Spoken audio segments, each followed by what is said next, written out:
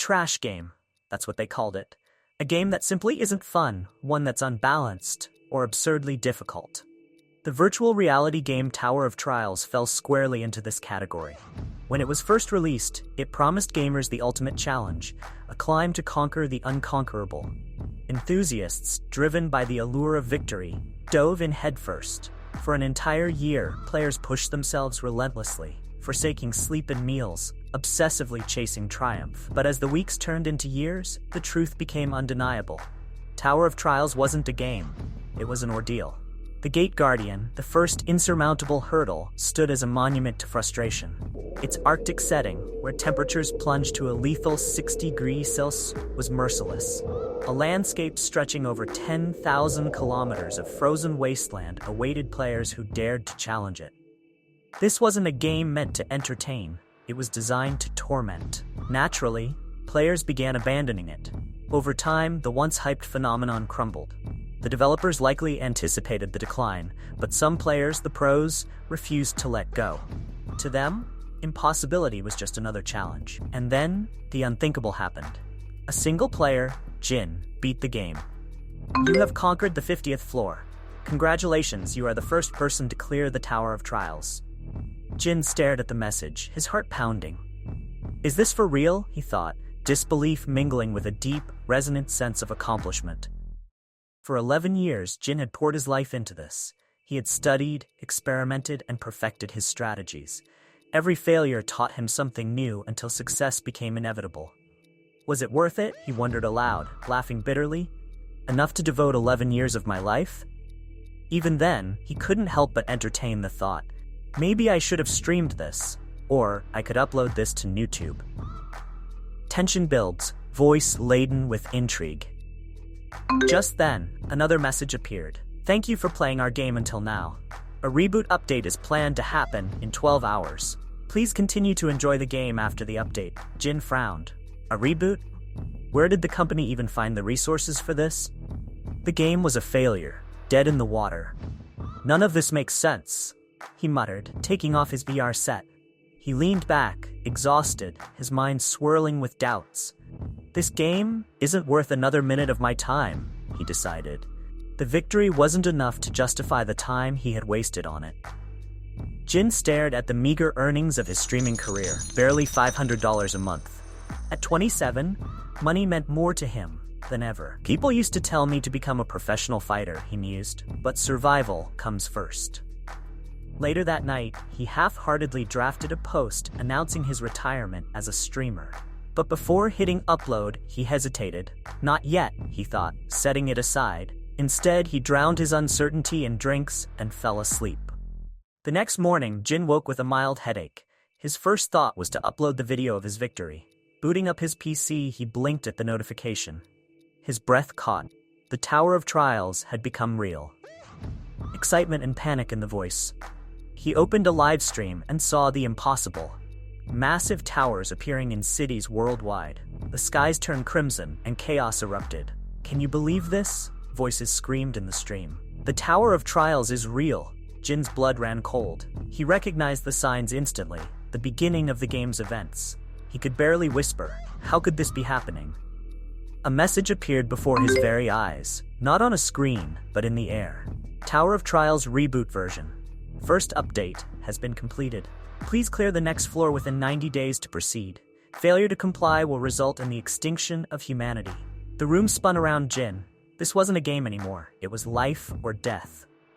And so the Tower of Trials began anew. This time, not as a virtual escapade, but as humanity's ultimate test. Jin knew better than anyone what awaited. But could he survive it again? Jin was lost in thought, his mind racing with urgency and an unsettling thrill. He thought, I need to cool off my head. If the Tower of Trials has become reality, then I shouldn't be wasting my time here. I need to hurry to the place where I can get that special item. The world, my end. But why? Why do I feel so excited about it? As Jin moved through the streets, chaos surrounded him. The city's heart was in disarray, with people panicking and desperate for answers. Panicked voices. Why isn't the train running? What's happening? Is the tower appearing in every city? No, it's worse. The tower's showing up in other countries too. What should we do? Where can we even go? If you stay here like an idiot, you'll die for sure. Jin ignored the cacophony and pressed on. Soon he arrived at the central underground strip mall, a place that in the Tower of Trials, servers had been designated as an external zone. Jin's thoughts, this is it, the time to either retreat or charge in. Steeling himself, Jin stepped inside. The moment he crossed the threshold, a chilling system message appeared in his mind. You are now entering an event zone. He expected the place to be desolate, a forgotten shell, but instead he found a crowd of determined faces. It hit him. They were players too, people who had also conquered the Tower of Trials in the game. Jin's thoughts. The item, it's going to appear soon. It's one of the rare ones. If luck is on my side, there will only be 5 of them. His musings were interrupted by a familiar voice cutting through the noise. A familiar voice mocking Jin. Hey you, Chaha, it's really you. Jin spun around and saw Lee Jongsu, a man dressed in a shiny suit and pants, his smug grin plastered across his face.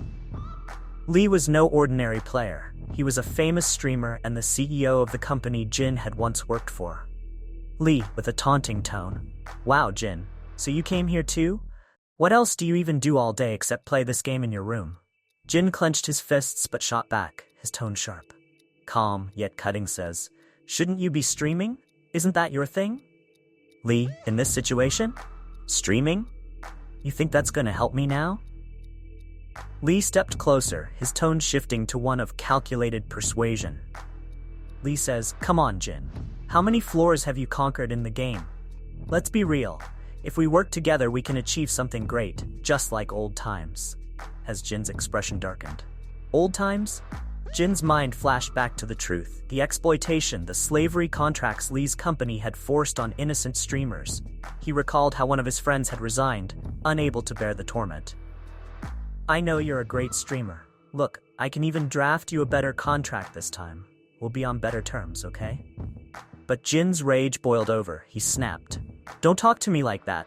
You're not my friend. Before Lee could react, Jin slammed his head into Lee's face. Red trickled from Lee's nose, and Jin felt a grim satisfaction. Jin's thoughts. Enough of this, it's almost time. A strange bubbling sound echoed from the mall's centerpiece, a decorative fountain. In an instant, a towering mangrove tree erupted from the water, its height reaching 15 meters. Crowd. Whoa, is that a mangrove? It's just like in the game, with a faint knowing smile. So my memories were right after all. System voice. The mangrove of greed has appeared. The tree bore 4 radiant fruits, each one promising incredible power, strength, agility, health, and stamina. But the limited supply meant only one thing, chaos. The fruits, we need to get them. No way, they're mine. Fights broke out as people scrambled for the precious fruits. Lee, nursing his bleeding nose, glared at Jin. Damn it, Jin. If you'd worked with me, we could have split the fruits. If you don't know what you're doing, then stay out of my way. It's not time yet. As the frenzy raged on, Jin stood back, waiting for the perfect moment to act. The game had changed, but he was ready for what was to come. The scene unfolds in chaos. People scramble, fighting over scraps of food. In the frenzy, a lone man seizes a fruit from the mangrove tree and devours it. Suddenly, a message appears before him. Agility increased by 3. Most of them don't even know about the fruit, Jin thought to himself, a dark smile forming on his face. Only noobs focus on the fruits.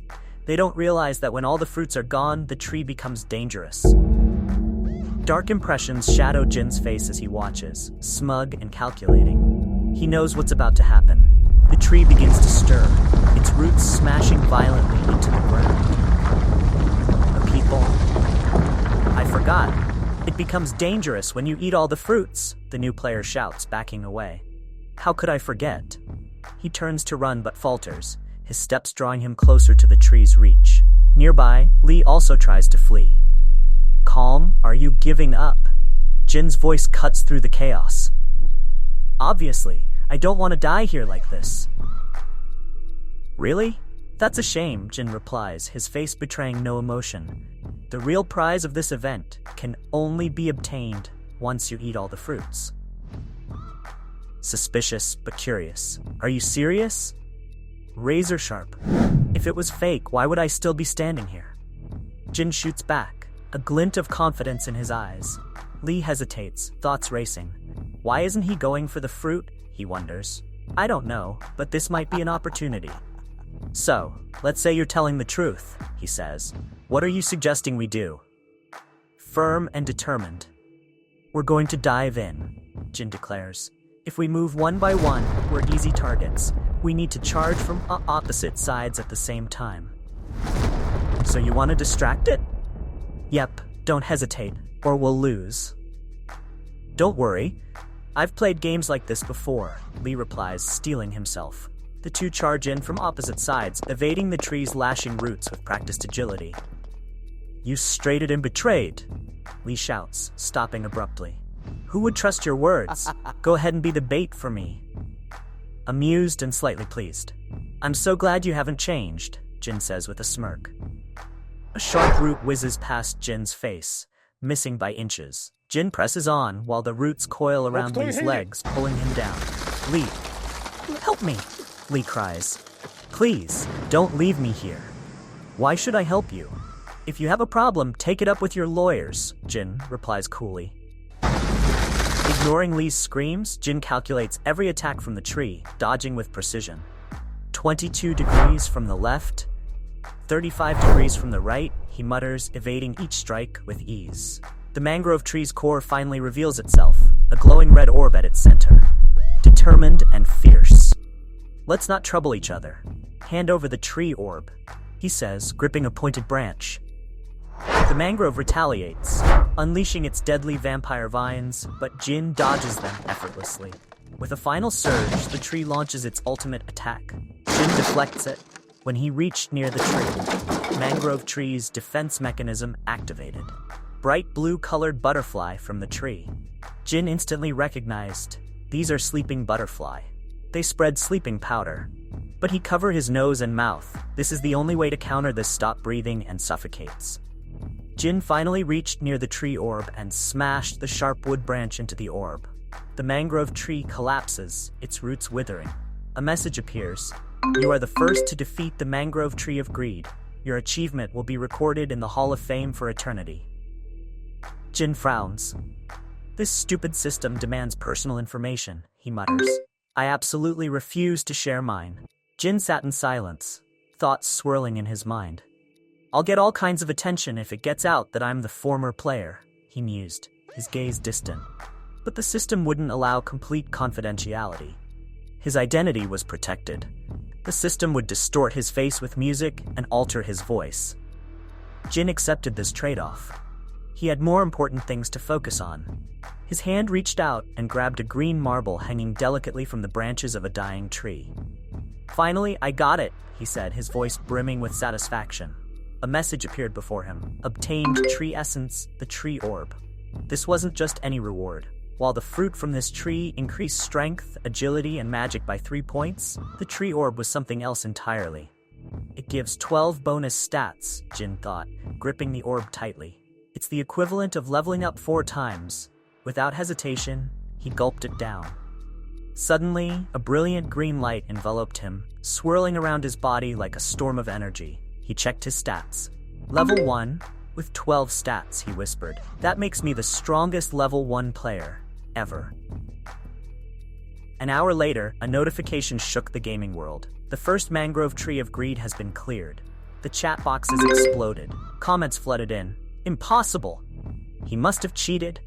Level 1? No way. But 10 minutes later, a video surfaced.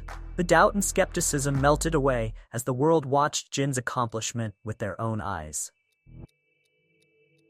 Meanwhile, Jin's identity remained hidden, yet his inbox overflowed with offers. Major companies bombarded him with promises of millions to join their ranks. Sitting in his chair, Jin murmured, "What should I do? Was it really that amazing?" He shook his head, arguing with himself. Sure, clearing Mangrove of Greed at level 1 isn't easy, but it's not something to be amazed about. If this offer came yesterday, before the Tower of Trials became reality, I would have taken it without a second thought. But now, Jin's voice hardened. I don't want to share my knowledge with anyone, not even for 10 billion. For Jin, knowledge was now his greatest weapon. It was the key to survival, the monopoly he needed to protect. As Jin planned his next move, he noticed something strange. Mana was leaking from the Tower of Trials, spreading across the sea. It wasn't immediately catastrophic, but it caused one significant change. The artifacts scattered across the world became holy artifacts. Jin's attention turned to his mobile. A place flashed in his mind, the National Museum. It's basically a treasure chest, he muttered to himself, picturing the countless artifacts stored within, shields, swords, potions, and scripts. But I'm not the only one aiming for them. People from all regions will gather, and among them... He paused, his face darkening. There will be former top players. Jin entered the museum's event area. His steps echoed in the eerie quiet. "It's quieter than I expected," he whispered. "Is no one here yet?" Jin entered the museum cautiously. His eyes scanned the room, landing on a charred body lying lifeless on the floor. Calm, almost predictive. "As I thought," he murmured. "Someone got here before me." Since the world had changed, Jin knew people would adapt, but the gap between expectation and reality was far greater than anyone could imagine. "They're probably aiming for the artifact in the Media Classical Era gallery," he thought. The artifact in question? The Great Map of the Eastland. No longer a simple map of a country, it was now imbued with magical energy. It held information about the tower, locations of major areas, and descriptions of the monsters within. Although it only revealed data up to the 10th floor, it was invaluable to anyone attempting the climb. When Jin entered the hall, chaos reigned. People were fighting over artifacts, each desperate to claim their prize. "Everybody freeze," a voice boomed, silencing the room. All eyes turned toward a tall, muscular man standing confidently in the center. Threatening and harsh. "Anyone who moves from now on will die by my hand." No one took him seriously. "Empty threats," someone whispered. The tall man clenched his fists, and with a sharp crack, his arms transformed into solid stone. Arrogant and menacing. Guess words don't do the trick. As tension mounted, an old man stepped forward, his presence both unexpected and unnerving. "Life should be lived with kindness and friendship," he said with a smile. "Oh, by the way, my name is Min Jungwoo." "Oh. Get lost, old geezer, or I'll snap your chicken neck." The old man's expression darkened. He snapped his fingers, a small fireball igniting at his fingertips. "Let's see, which will happen first, you breaking my neck, or me turning you into coal?" Without waiting for a response, the fireball launched toward the tall man. Flames engulfed him, and in seconds he was reduced to ash. Calm and final. "It was your tongue that brought you misfortune." A young woman, Yuri, stood behind the old man, watching in awe. "Really impressive," she said. "I'm glad I joined forces with you." Yuri summoned a towering idol, filling it with dark magic. The idol transformed into a monstrous figure from Egyptian mythology. "Anyone who moves now will be seen as an enemy, and this monster will munch on your head," she said with a wicked smile. As the tension thickened, Jin strolled into the hall, stepping over broken glass without a care. Calm and slightly mocking. "You've really made a mess of this place," he said. "Do none of you have respect for history?" Yuri turned to him, anger flaring. "Hey, Mr. Fearless, do you think I'm joking right now?" Yuri directed the idol to attack. The monstrous Anubis hurled its spear at Jin, but with a single motion, Jin deflected it effortlessly. Everyone froze in disbelief. "What's wrong?" he said, a teasing smile on his lips. "Your puppy lost its only weapon?" Yuri unleashed more statues, imbuing them with dark energy. Jin, unfazed, threw a ragged scroll into the air and infused it with his own magic. A massive golden tiger materialized, roaring with thunder and frost. Commanding and dark. "A mere jackal bares its teeth before the ruler of the mountain," he sneered. "Tiger, eat them?" The tiger tore through the Anubis replicas, leaving Yuri trembling in terror. Desperate and defeated. "I can't win," she thought. "Who is this guy?" Standing over the defeated Yuri, Jin leaned down, his voice calm but commanding. "Lo, hand it over," he said. Confused and What are you asking for? The mask of Tutankhamun. Took the mask and left Yuri trembling in his wake. With a dark smile, he commanded his tiger to guard the area and thought to himself, Jin, determined and ambitious. The preparations are done. Now, let's go get the strongest skill in the game. An old man stood on the third floor of the museum, his eyes narrowing as he spotted Jin approaching. The old man, confused and intrigued. How is this happening, Yuri? He thought to himself. Who is this guy? How did he get all the way up here? Don't tell me. Did he get past Yuri to come up here? Both Jin and the old man stood in front of a magic barrier, their gazes fixed on the shimmering field of energy. I think it's a 1-star rank barrier, Jin remarked, surprised and impressed. Seems like you know about this, the old man replied, his tone betraying a mix of respect and curiosity. The old man touched the barrier, only to flinch slightly as it gave him a small electric shock. Old man said, I've never seen a barrier like this before. Neither physical nor magical attacks work on it. Jin, too, placed his hand on the barrier, his expression focused as he traced the flow of mana. His mind raced as he located the spot where the mana diverged. Finally, he pinpointed the magical word required to deactivate the barrier. It's Carpo, he realized. But Jin kept the word to himself.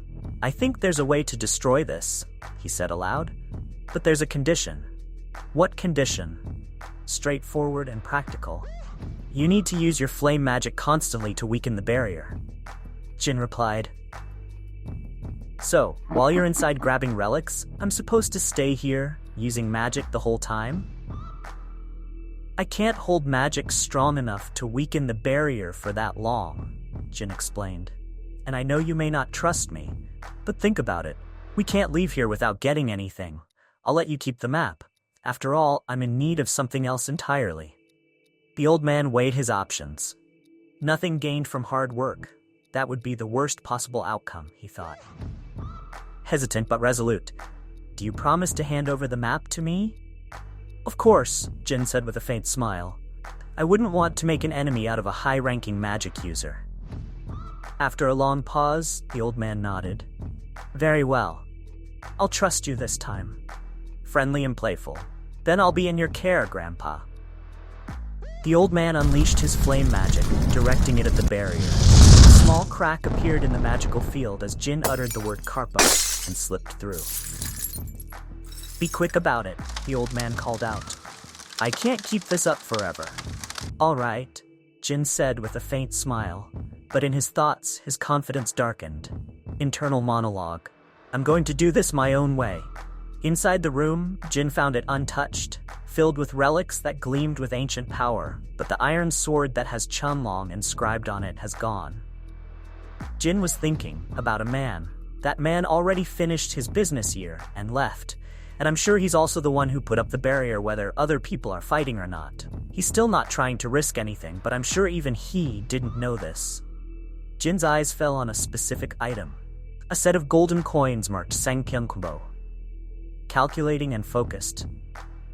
These are the last pieces I need to create the most powerful skill, he thought. Jin began combining the relics, golden light emanating from their surfaces. A message appeared before him. The two relics are reacting. He added the coins to the mix, and a powerful wind surged through the room. Another message appeared. The three relics are reacting. It's working, he whispered, golden light reflecting in his eyes. The room filled with energy as the relics fused together. The final message flashed before him. You have acquired the Eye of Truth. The Eye of Truth was a legendary artifact, granting Jin the ability to see others' status windows and discern lies from truth. This is one of the greatest eyes out of the 5 in existence, Jin thought. There's another reason why I came to that museum today. Another system message popped up. Hidden quest unlocked. You have successfully combined 3 replicas of B rank or lower to craft an item of higher rank. You have met the requirements. Jin was suddenly surrounded by a blue light, a glow that seemed almost alive, pulsating with energy, and then another message appeared. You have acquired the inherent ability, Fusion Overlink. Jin could hardly believe his eyes. The words hovered in front of him, impossible yet undeniable. Another message followed. Memory of the world is being created.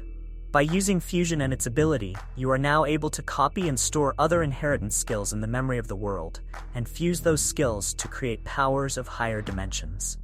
Jin's mind raced, the possibilities unfurling like an endless horizon. This was only the beginning. Outside, the old man's voice broke through the silence. "Hey, are you done?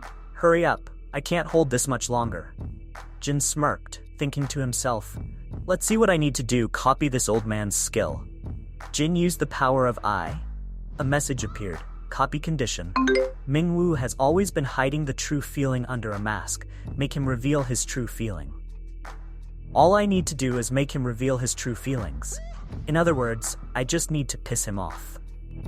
An old man instructed Jin to hurry, turning his back to him. Jin, however, remarked that the old man might no longer be able to use his abilities. The old man furrowed his eyebrows in confusion, but continued to release flames from his hands while scanning his surroundings. Jin, with an air of arrogance, stated that magic wasn't particularly necessary. Lowering his hands, the old man questioned Jin about his intentions and why he had requested such a task. Meanwhile, the barrier blocking their passage began to vanish as Jin cast the Karpo spell, allowing him to easily break through. The old man observed the scene, narrowing his eyes, and mentally prepared himself while shielding his face with his hands. He crossed the barrier and the wall of flames. In truth, the old man contributed little to breaking the barrier. As he stretched his hands forward, he watched it crumble into small particles. Jin deduced that the man's mana was nearly depleted, given that his relentless attacks on the barrier had been futile. Inside the room, a large map hung on the wall. Jin examined it, noting that it contained information only up to the 10th floor. Smiling faintly, he concluded that the map was useless to him since he already knew the tower's details. Flicking his lighter, he decided not to let anyone else have it. Jae Wu gasped in disbelief, struggling to understand Jin's motives. Igniting the map, Jin declared that it served no purpose for him. Flames engulfed the poster, ensuring that no one could use it to gain an advantage. The old man's shock was evident as his mouth hung open while the flames consumed the wall. Furious, he raised his hands and vowed to kill Jin for burning the map. Jin's eyes gleamed as a notification appeared, confirming the fulfillment of a condition. A blue book materialized above Jin's head, accompanied by a notification that the Flame's Element B ability had been successfully copied. Another notification revealed that the ability was saved within the memories of the world, granting Jin control over flames and increasing his affinity with the element. Summoning a fiery mass in his hand, Jin acknowledged the Flame's Element as an excellent first copy. The old man, still enraged, threatened Jin, declaring that he would regret his actions. Smirking, Jin taunted him, asking if he understood why the map was burned. A new alert indicated the activation of the first-level fire element. Flames engulfed Jin's hands, and the old man, wide-eyed, realized that Jin had replicated his ability, but with far greater potency. Beads of sweat ran down the old man's face as he attempted to speak, but Jin interrupted him, grinning. He warned the old man that if he wanted to continue climbing the tower, he must obey him. Descending the stairs, Jin thought about the people he had encountered so far. Out of everyone, only 4 older individuals had appeared in the National Central Museum.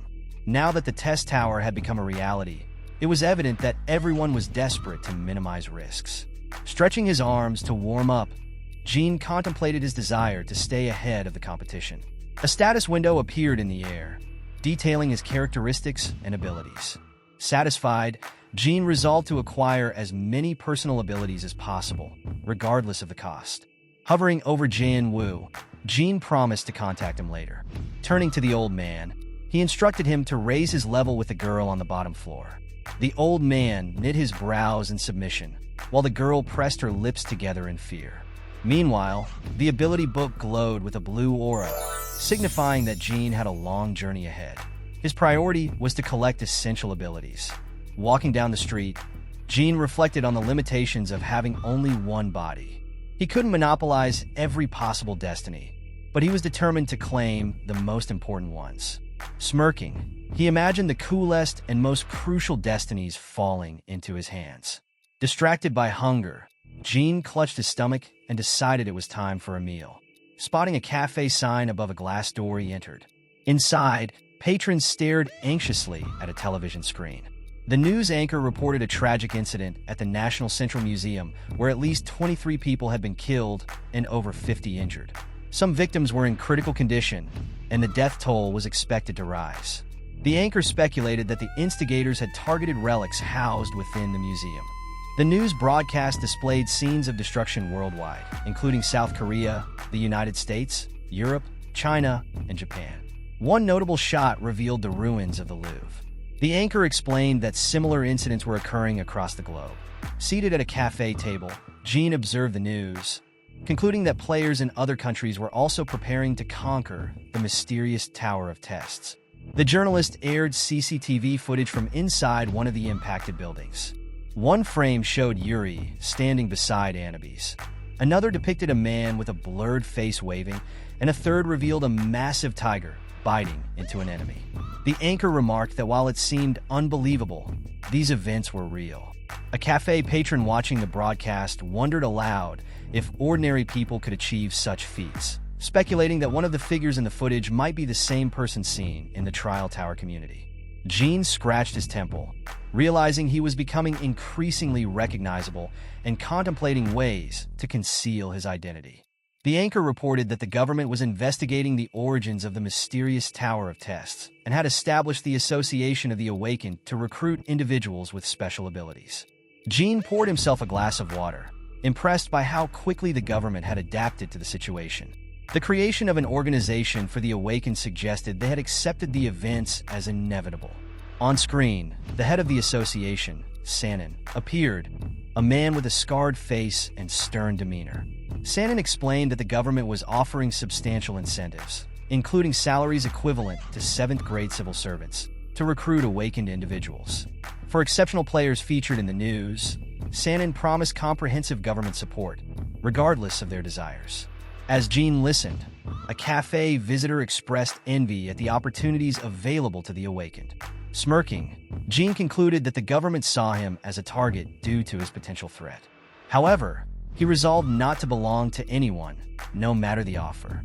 He mused about Sanin's motives, speculating that his appointment as head of the association implied significant experience or abilities.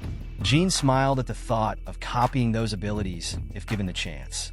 Glancing at the clock, which showed 7 p.m., Jean noted that the Tower of Tests was about to open. A notification confirmed its activation. Players appeared at a river with floating islands, and Jean stood among them, observing the crowd. Many looked like nervous newcomers.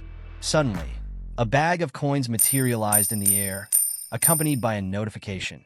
In honor of entering the tower, each player received 100 coins for use within. Additional coins could be earned by filming achievements and uploading videos for public viewing, with 100 coins awarded for every 10,000 views. The notifications warned against falsification of views or other illegal activities.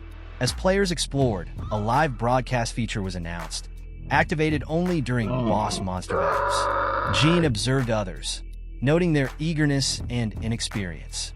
He calmly considered his strategy, placing a hand on his chin and formulating plans to dominate the tower while maximizing his advantages. Residents of the city were glued to their phone screens, captivated by the live broadcast system. This feature connected the climbers of the Tower of Tests with the outside world. Viewers eagerly watched videos, hoping to witness the tower's end and boost views in the process. One video showcased towering pagodas with 900 viewers. Another featured a warrior standing with his back to the camera, while yet another showed a player defeating a dragon barehanded, garnering an audience of 1,200. Gold coins rained down in front of the videos, illustrating the challenge tower's unique monetization system, where fame equaled wealth. Players sprinted forward, aiming to conquer the Goblin Cave first to hunt, collect loot, and enjoy the thrill. In the rush, someone bumped into Jean, but he pushed them away, observing how frantic everyone was. Standing amidst the chaos, he realized the newcomers were desperate to clear this level and get ahead. However, Jean wasn't concerned about coins, as he already had extensive knowledge of the tower. Still, he decided against uploading any videos, knowing it could expose valuable information, even at the cost of potential rewards. With his hands in his pockets, Jean smiled to himself, certain of his next steps. He had chosen a different path than the others. Reflecting on the time he once reached the 30th floor and found no way to progress, he recalled scouring the lower floors for hidden paths to advance. He opened a stone box with a torch, navigating the dark dungeon and analyzing every step carefully. The carved walls glowed faintly in the torchlight, and Jin's expression grew tense as a painful realization dawned on him. His character, built over years of effort and suffering, was fundamentally flawed. His frustration mounted as a notification popped up, asking if he wanted to delete the character. Clenching his fist, Jean hesitated, but ultimately decided to start over, determined to reach the tower's summit this time. Blue particles sparkled around him as his character was deleted, and his eyes burned with resolve. He looked up, recalling it had been 6 years since he first stood before the immense gate adorned with skulls and bones, marking the entrance to the labyrinth of creep. A notification described the labyrinth's incredible complexity and lethal traps. Crossing his arms, Jean considered that breaking through the 30th floor required a strong foundation, and the labyrinth was key to achieving this. Despite his frustration at starting over, he resolved to press forward. Touching the gate caused blue runes to appear, and the massive doors creaked open. The entrance revealed walls engraved with depictions of ancient Greeks and a bull's bust standing in front. Familiar sights and scents filled the air, and white butterflies fluttered under the ceiling. One butterfly landed gently on Jin's finger, and he smiled at the nostalgic moment. Suddenly, Jean turned to find a group of people approaching. A girl in the group smiled and explained that they were looking for a hunting ground. Seeing the open labyrinth, they decided to enter before it closed. A red-haired man mentioned that they had followed Jean because he seemed to know something. Another team member questioned why Jean entered the labyrinth so quickly without hesitation, noting that it was odd he managed to open the gate without a key. A blonde member of the squad crossed his arms and voiced his concerns, warning against entering an unknown labyrinth without understanding its size or difficulty. Leaning against a tree, the girl countered, saying they needed to be strategic. Since the dungeon was on the first level, its challenge wouldn't be insurmountable. She suggested that the lack of a key indicated a lower level of difficulty, and they should take the chance. Another squad member blew a bubble of gum, wondering aloud if Jean would willingly share his rewards. Smirking, her ally dismissed the idea, suggesting they would trap him in the dungeon permanently if needed. The girl sweetly proposed that they all enter the labyrinth together, arguing that the risks would be better managed with more people. Jean, observing their confidence in their numbers, smirked. He knew they were attempting to outmaneuver him, but was unfazed. His eyes glinted. A notification announced the activation of the Eye of Truth. A girl pointed to herself and introduced her name as Pakana, stating that she was 22 years old and had previously reached the second floor of the test tower. Her status window displayed abilities: Contact, Quick Step, and Weak Healing. Jean noted that Contact was a particularly interesting ability, enabling its user to naturally connect with unfamiliar individuals. Notifications highlighted that this ability could eliminate awkwardness, with a condition for copying requiring 240 hours alone with the owner. Remembering a woman with demonic wings, Jean considered how Contact could help him control her. A red-haired guy behind the squad leader introduced himself as CIC, admitting he struggled on the first floor. A girl in a lilac sweatshirt named Hemin stated she had only reached the first floor as well. Jenga, blowing a bubble of gum, said she had managed to reach the third floor, while the blonde Minguk admitted he had never played the Tower Challenges. A bespectacled man named Quan scratched his head, saying this was his first attempt too.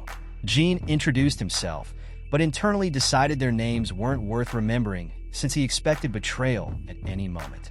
Pakana, hugging his arm and pressing close, activated the first-level contact ability while sweetly asking which floor he had reached. Red flowers materialized around them as the ability tried to take effect. Jean, knowing how contact worked, pretended not to notice and vaguely replied that he had climbed as far as he could. Pakana raised her eyebrows in surprise, realizing her ability wasn't working. Hiding her hands behind her back, she nervously asked Jean about the labyrinth's monsters and their abilities. Jean agreed, though his eyes betrayed his displeasure. As Jean explained that the labyrinth changes at certain intervals, the squad members were stunned. Suddenly, the ground began to shake, and stone blocks emerged from the walls. Minguk nervously asked what was happening, while Pakana, fearful, exclaimed that this was supposed to be just a first-level labyrinth. A stone block appeared before her, and someone shouted a warning just before she leaped aside. CIC pointed out that standing still would mean death as a massive stone block fell, shattering the floor. The squad collapsed, panting and covered in dust. Pakana, sweating, looked back, and Hemin noted that Jenga was missing. Chi clenched his teeth, complaining that a labyrinth like this didn't belong on the first floor. Jean asked if they'd ever been to a changing labyrinth. The squad leader, frustrated, said such a labyrinth was far too dangerous for beginners and insisted they leave.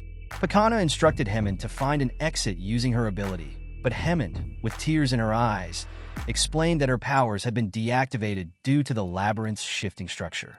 Pakana realized they were trapped, unable to find an emergency exit. Jean observed the panicking group and concluded their confidence was based solely on their navigational abilities. They'd assumed their knowledge would make the labyrinth as straightforward as a supermarket trip.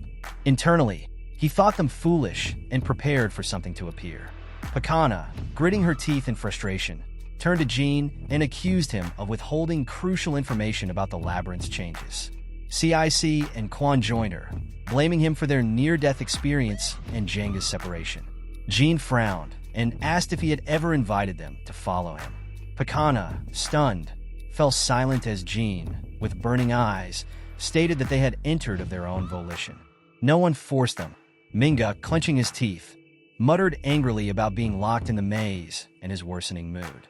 A weapon materialized in Minguk's hands as he gripped his sword and angrily shouted that he hadn't liked the player from the moment he saw him. Just as he prepared to confront Jean, a strange sound interrupted him. An axe crashed into the wall, and Minguk fell to the ground, blood gushing from his wound. The squad froze in shock. Pakana, clutching her chest in fear, called out to him, while Quan questioned how it had happened. A massive hoof struck the ground, and a minotaur emerged, roaring ferociously. The squad watched in horror as the bloody axe, now embedded in the wall, vanished and reappeared in the monster's hands. It swung the weapon, aiming to strike. Pakana, her eyebrows raised in terror, thought they were surely doomed. Jean stepped forward, ordering the squad to move aside. With a determined leap, he rushed toward the minotaur, leaving the squad behind. The monster's axe slammed into the ground, shattering the tiles and sending debris flying. Jean leaped into the air above the minotaur's head, a notification appearing to confirm his successful dodge. Smirking, he realized this was the perfect opportunity. The notification announced that Jean had unlocked the hidden breach stat, which adjusted level differences during battles, reducing them against stronger opponents and amplifying them against weaker ones. Jean grabbed the minotaur's horn, knowing the stat would help him close the gap. Landing on the ground, he calculated his next move. The monster, noticing him, snarled furiously. The minotaur raised its axe again, but Jean easily dodged, having already memorized the creature's attack patterns through countless trials in the past. Notifications confirmed that his breach stat increased with each successful evasion. The squad stood in stunned silence as Jean effortlessly avoided the minotaur's powerful blows. Minguk, wide-eyed, questioned how they ever thought to deceive someone like him. Pakana, trembling, thought it was insane to even consider fighting such a monster for rewards. Jean, smirking, taunted the minotaur, remarking that its attacks were slow and predictable. The creature bared its fangs and swung its axe again, narrowly missing Jean. A shallow cut appeared on his neck, but a notification informed him that his risk-taking had increased his stat by 1. Jean, unfazed, deemed it a worthwhile exchange. Dodging yet another blow, Jean acknowledged that a single mistake could turn the tide of the battle. He resolved to end it quickly. Glancing at the squad, now cowering by the wall, he noted that they had chosen to retreat of their own accord. Grabbing Hyen's hand, Pakana urged her friend to leave the labyrinth. Jean approached them from behind, startling Pakana.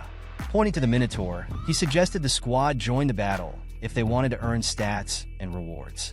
The Minotaur's axe came crashing down again, and Pakana leapt back while Hemond raised her hand in fear.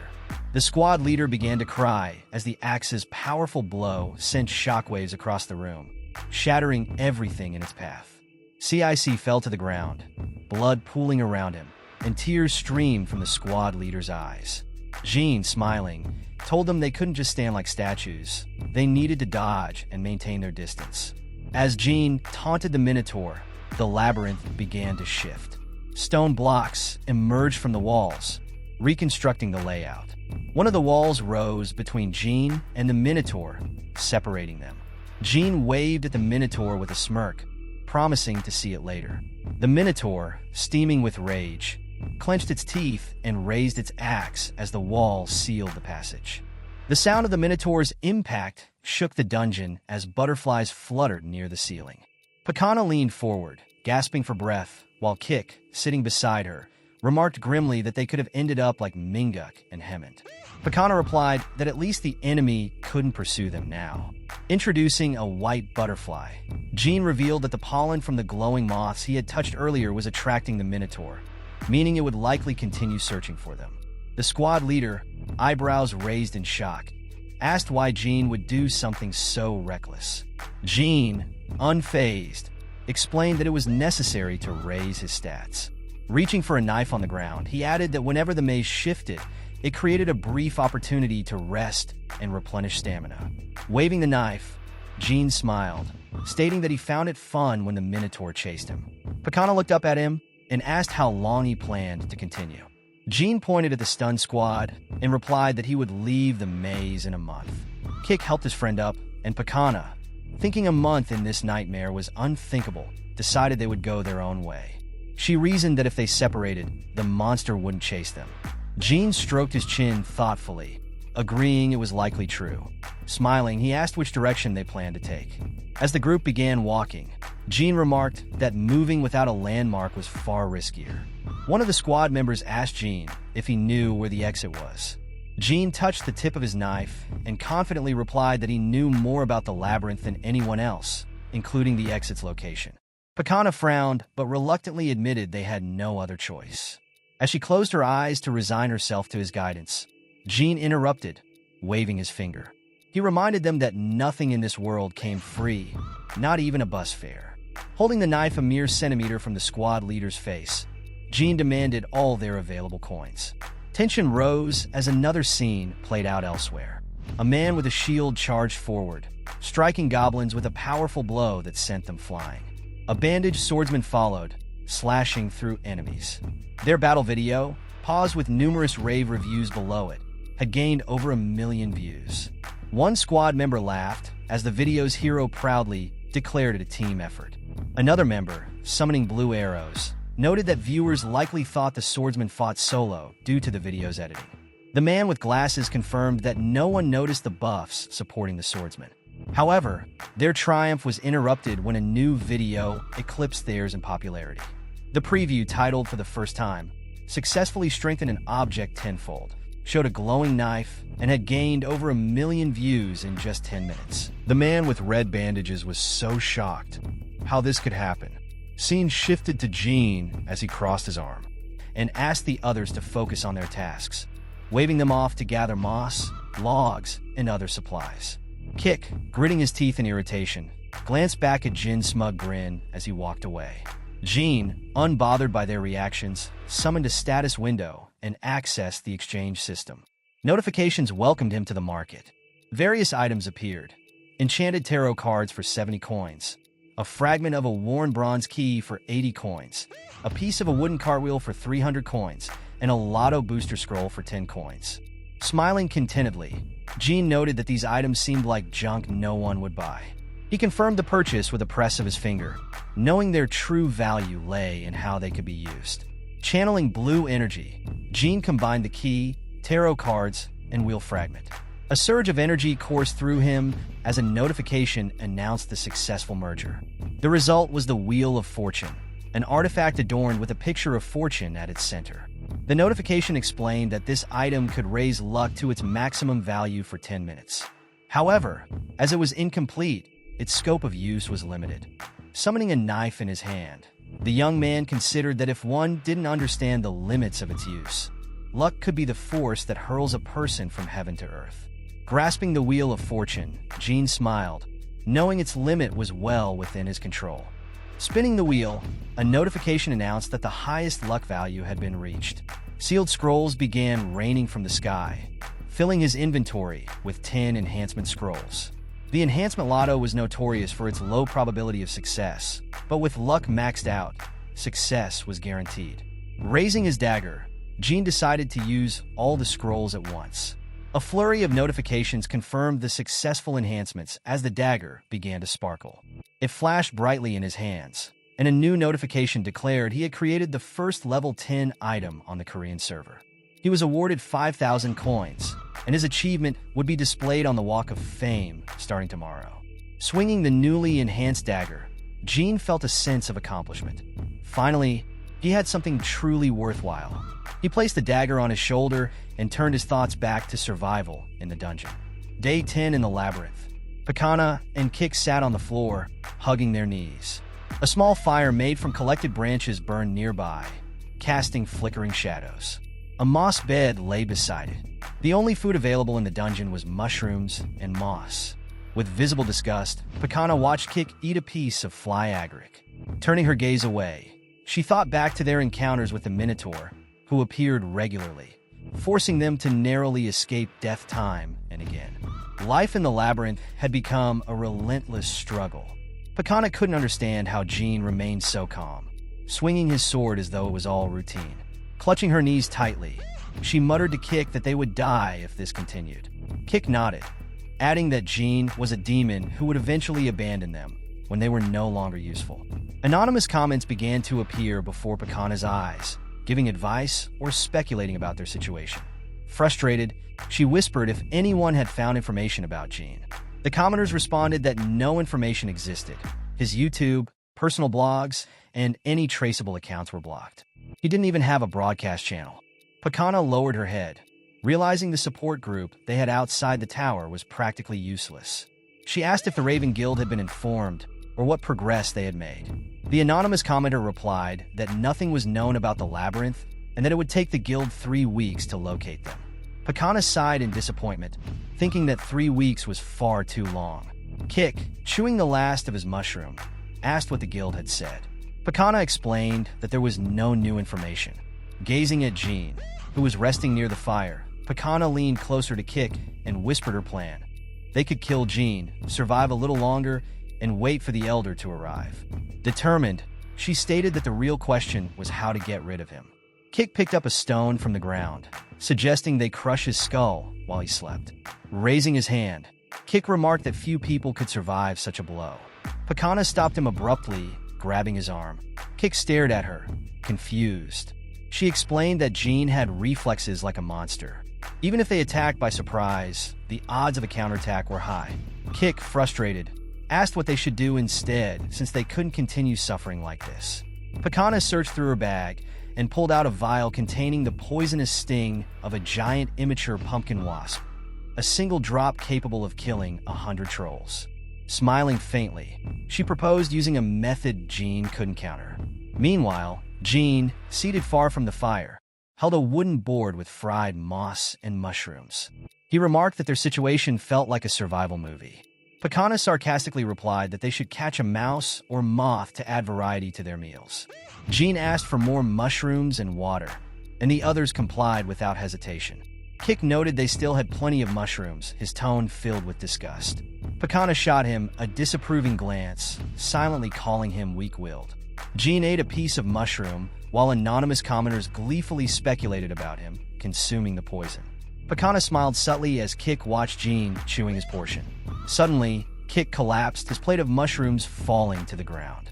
Black liquid gushed from his mouth, and chaos erupted in the dungeon. Kik's body swelled unnaturally as he writhed in unbearable pain.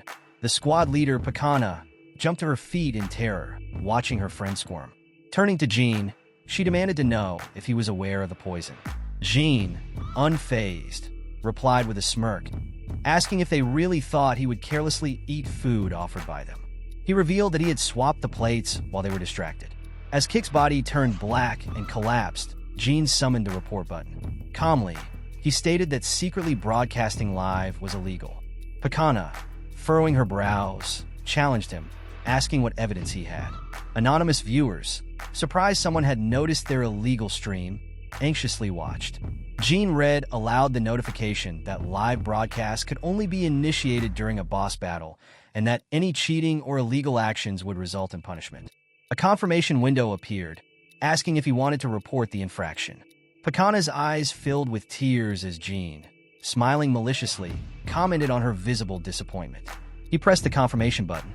A warning notification materialized, and the live broadcast screen behind Pakana began to vanish. Turning around in disbelief, she saw viewers disconnected one by one until the number dropped to 0. A new notification stated that those viewers would be banned from watching any streams for a month, with repeat violations resulting in permanent bans. As the room fell silent, Pakana trembled and asked how this had happened. Another notification declared that punishment for his actions was merciless fate. His Pakana turned to see a minotaur appearing from the corridor, axe in hand. The monster let out a deafening battle cry and charged at full speed. Pakana, panicking, hid behind Jean and pleaded for help, even slapping him on the back. She asked where she could hide, only for Jean to turn to her, calling her impudent for asking for his help after she had tried to poison him. Holding her chest in fear, Pakana tearfully admitted that Jean always seemed to know what to do. A notification popped up, announcing that Jean had fulfilled the conditions to copy the contact ability. A book materialized above his head. With an arrogant look, Jean declared that he no longer needed her. Pakana, gritting her teeth, warned that he would regret crossing her, mentioning that her older brother served in the Raven Guild. Before she could continue, the Minotaur hurled its axe, narrowly missing her and slamming into the ground. Pakana jumped back in terror.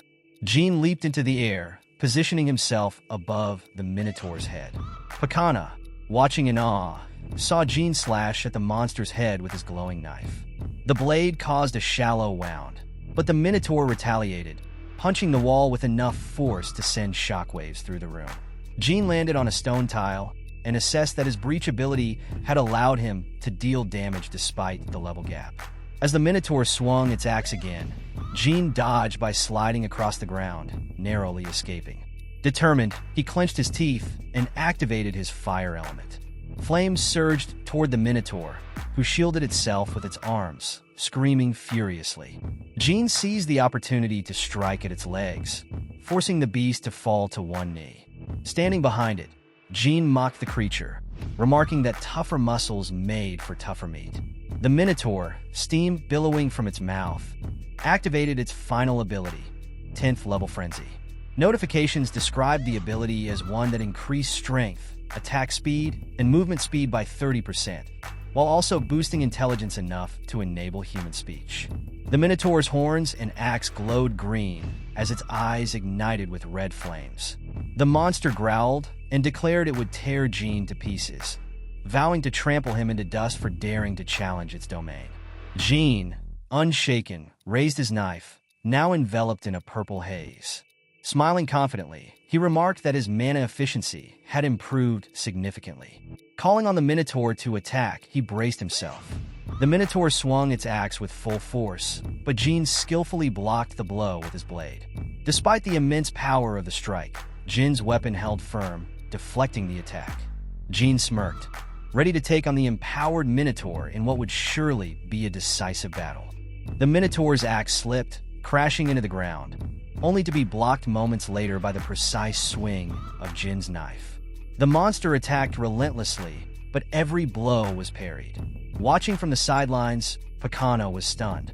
Her mouth hung open in disbelief as she realized Jean had stopped dodging entirely, meeting the full force of the Minotaur's attacks head-on. The monster's strikes grew more ferocious, yet Jean held his ground. Sweat ran down Pakana's tense face as she called Jean crazy, unable to fathom how anyone could withstand a boss-level monster with a level 10 frenzy ability. Crossing blades again, Jean parried another blow, smiling in the face of danger. Pakana couldn't understand how he could grin under such circumstances. Internally, Jean felt trapped, as if drowning in a bottomless abyss.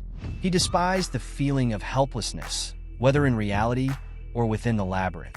A notification echoed in his memory. Player has died. He clenched his fist, victorious in spirit, as a memory of past battles surfaced in his mind. Behind him, the image of an immense tiger emerged, a manifestation of his will. Jean smirked, parrying another attack, and a notification announced an increase in his breach stat. Thanks to his knife and skill, he avoided the Minotaur's axe, which left a gaping hole in the stone floor. The Minotaur paused, raising one eyebrow in confusion. Seizing the moment, Jean rushed forward with his knife, lightning-fast strikes leaving the monster's body covered in wounds. The Minotaur, raising its fist, declared that Jin's attacks were mere tricks. Claiming he remained unscathed, the monster swung at Jean with a powerful punch. A bright flash illuminated the room as a shockwave rippled outward.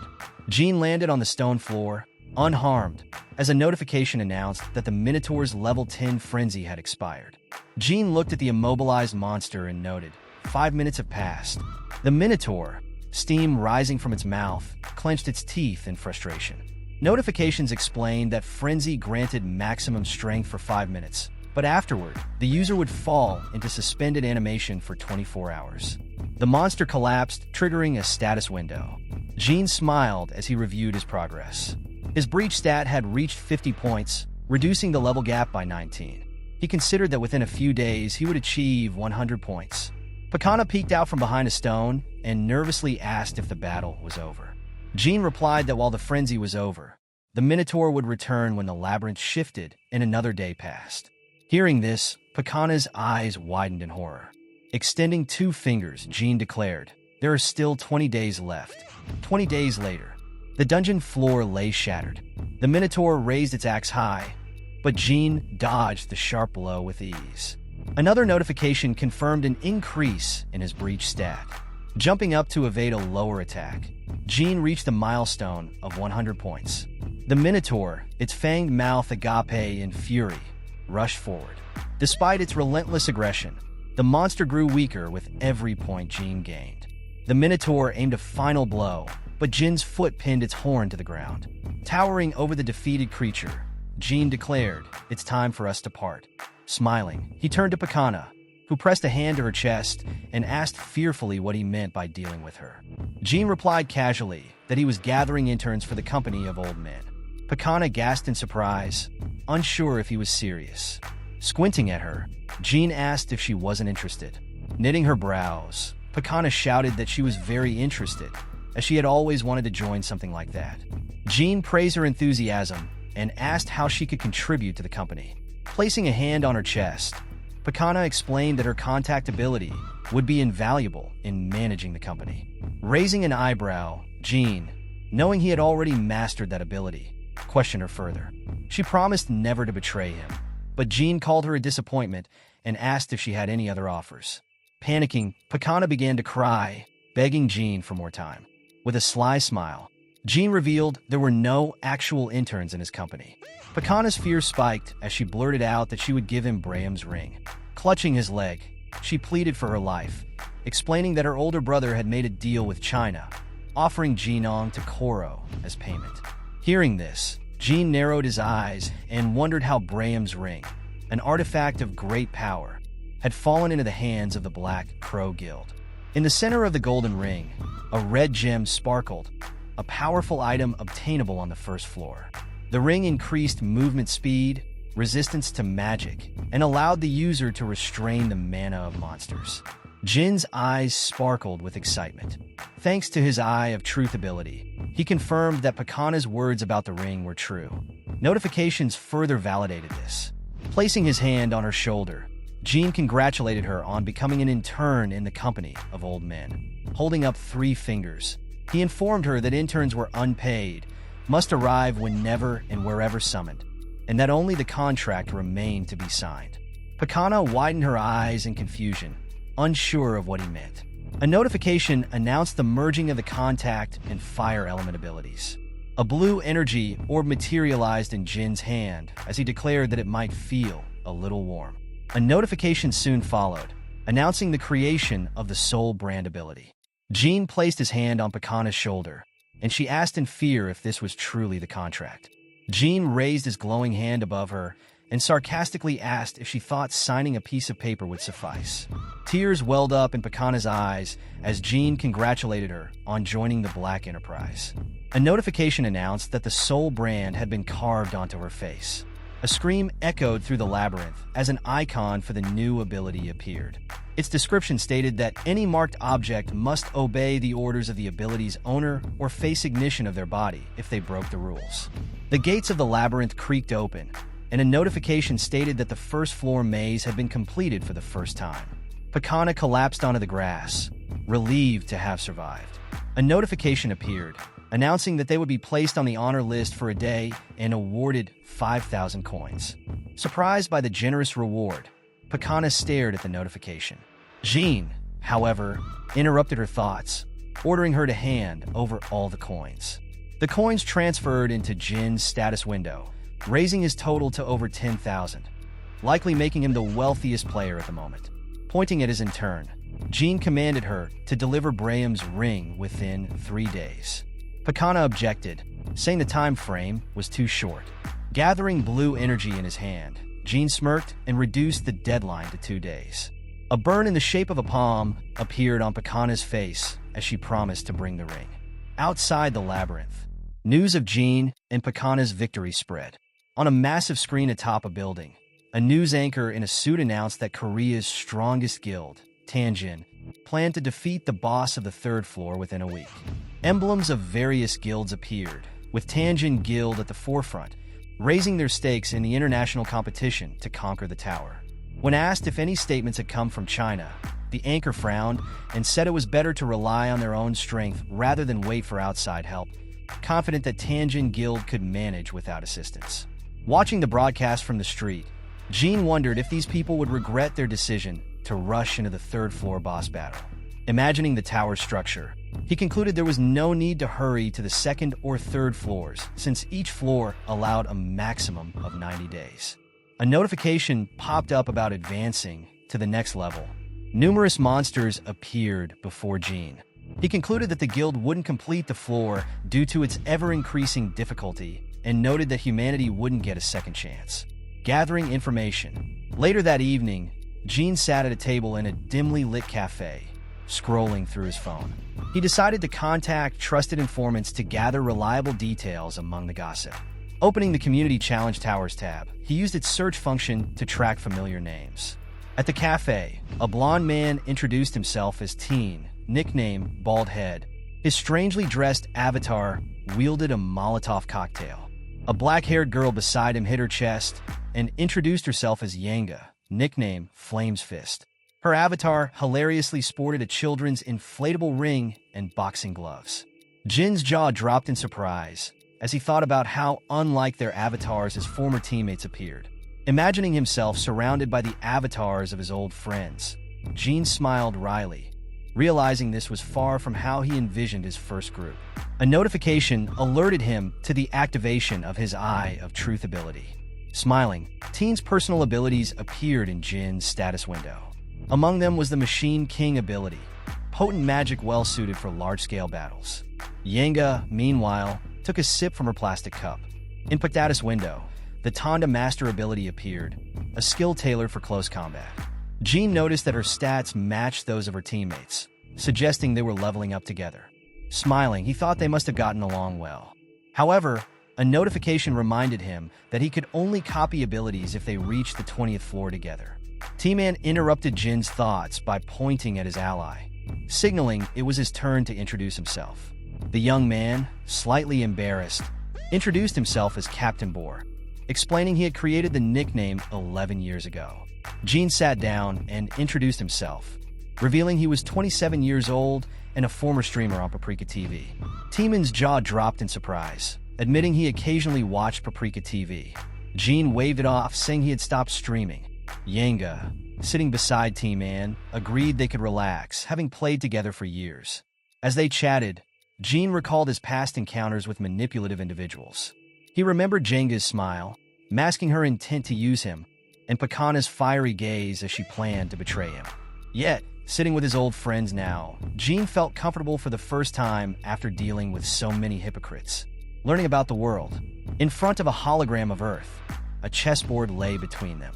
Jin's friends updated him on events that occurred during his time in the labyrinth, such as the progress of the world's top guilds and streaming trends.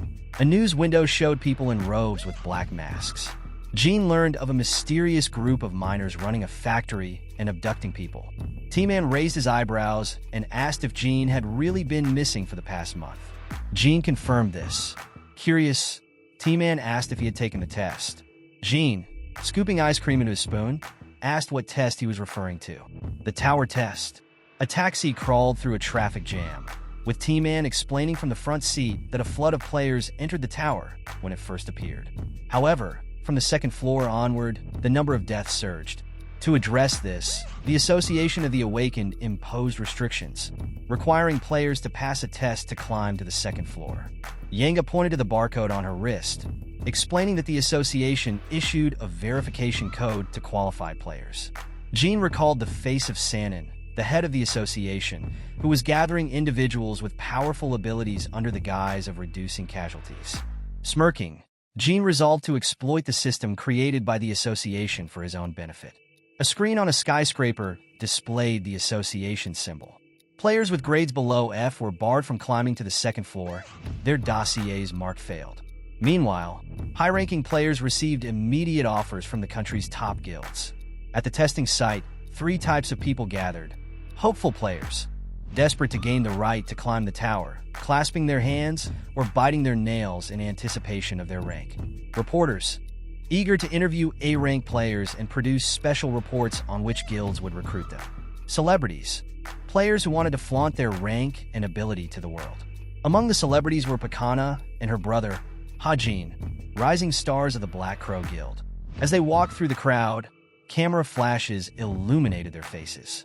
Jeet, a stern man from the Father of Wrestling Guild, observed them. Frowning, he complained about the crowd and demanded the reporters clear a path for him. Hajin, unimpressed, explained that the chaos was due to people seeking wealth or fame. Jeet scoffed, declaring he had come specifically to see the young talents of Black Crow and urged them to prove their worth. Pakana reassured him, promising to do everything necessary, and Hajin agreed. Security guards began clearing the way for the celebrities. Among the crowd stood Jin and his friends. When a guard pointed at Jin and ordered him to move, Jin calmly asked why he should, stating he had a number and was waiting in line.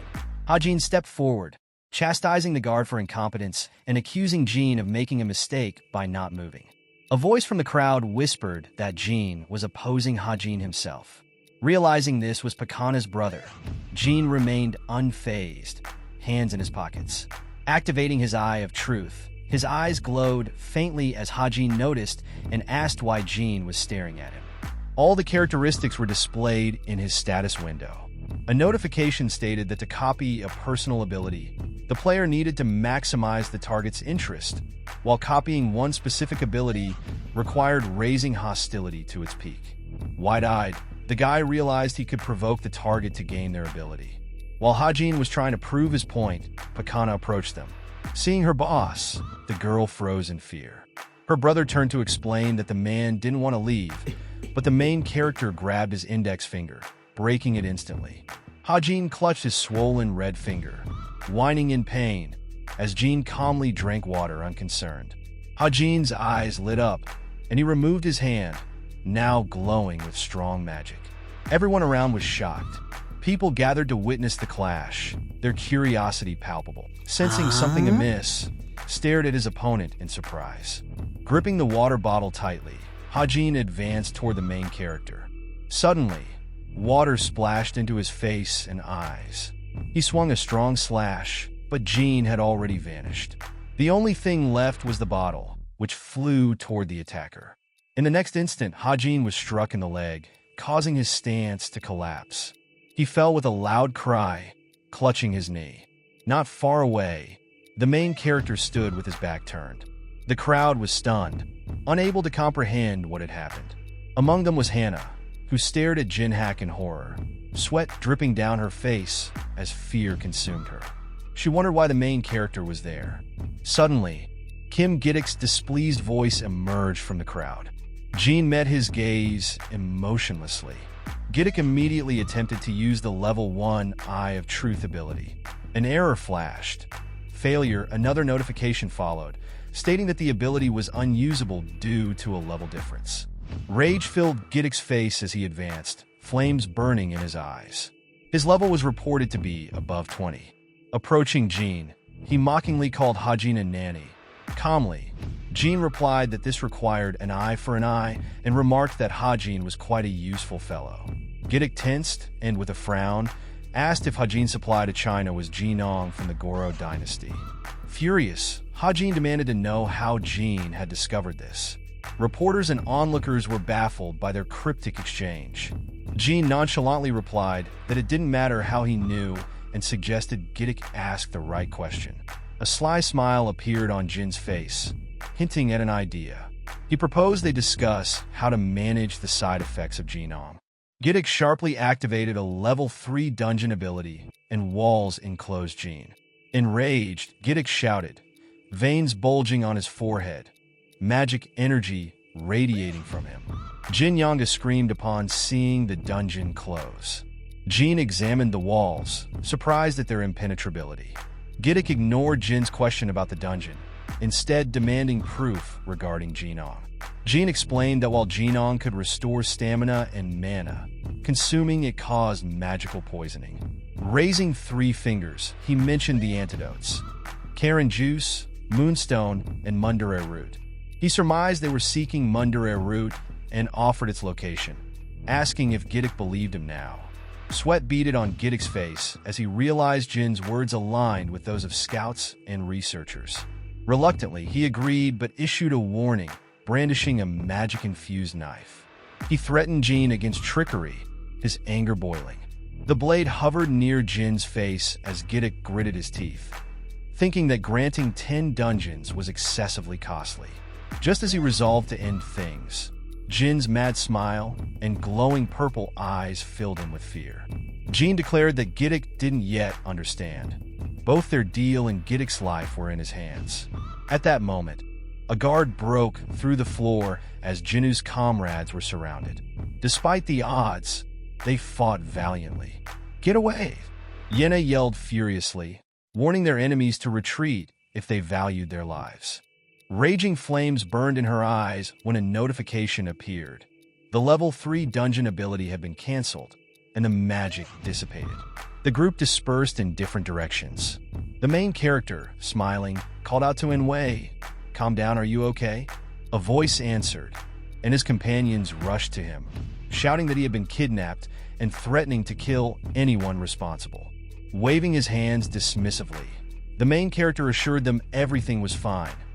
At that moment, Hajin, enraged, rushed at Jeet, demanding to know if he would let the main character go. Bowing with a drop of sweat on his face, Hajin pleaded, saying he could come up with a good plan. Jeet responded by striking Hajin's neck, lifting him off the ground with one hand. Holding him aloft, Jeet declared that Jinhak was stronger than everyone and warned Hajin to never act recklessly again or face severe consequences. Gasping for breath, veins bulging on his neck, Hajin managed a trembling, "I understand." Jeet threw him to the ground and left with his group.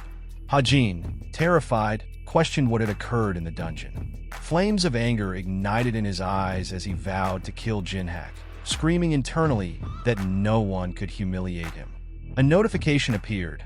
Hostility had been raised to the maximum, allowing Jinhak to copy an ability.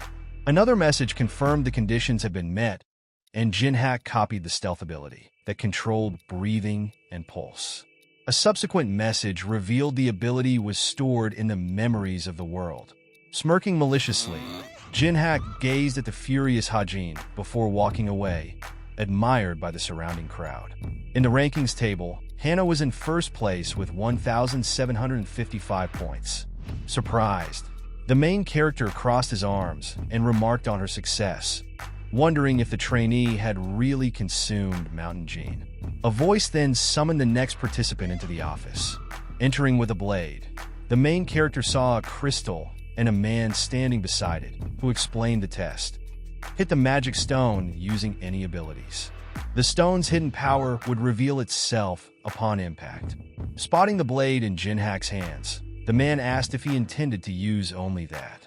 Jinhack confidently replied that it would suffice. The man, observing something on his tablet, gestured toward an entry-level stone.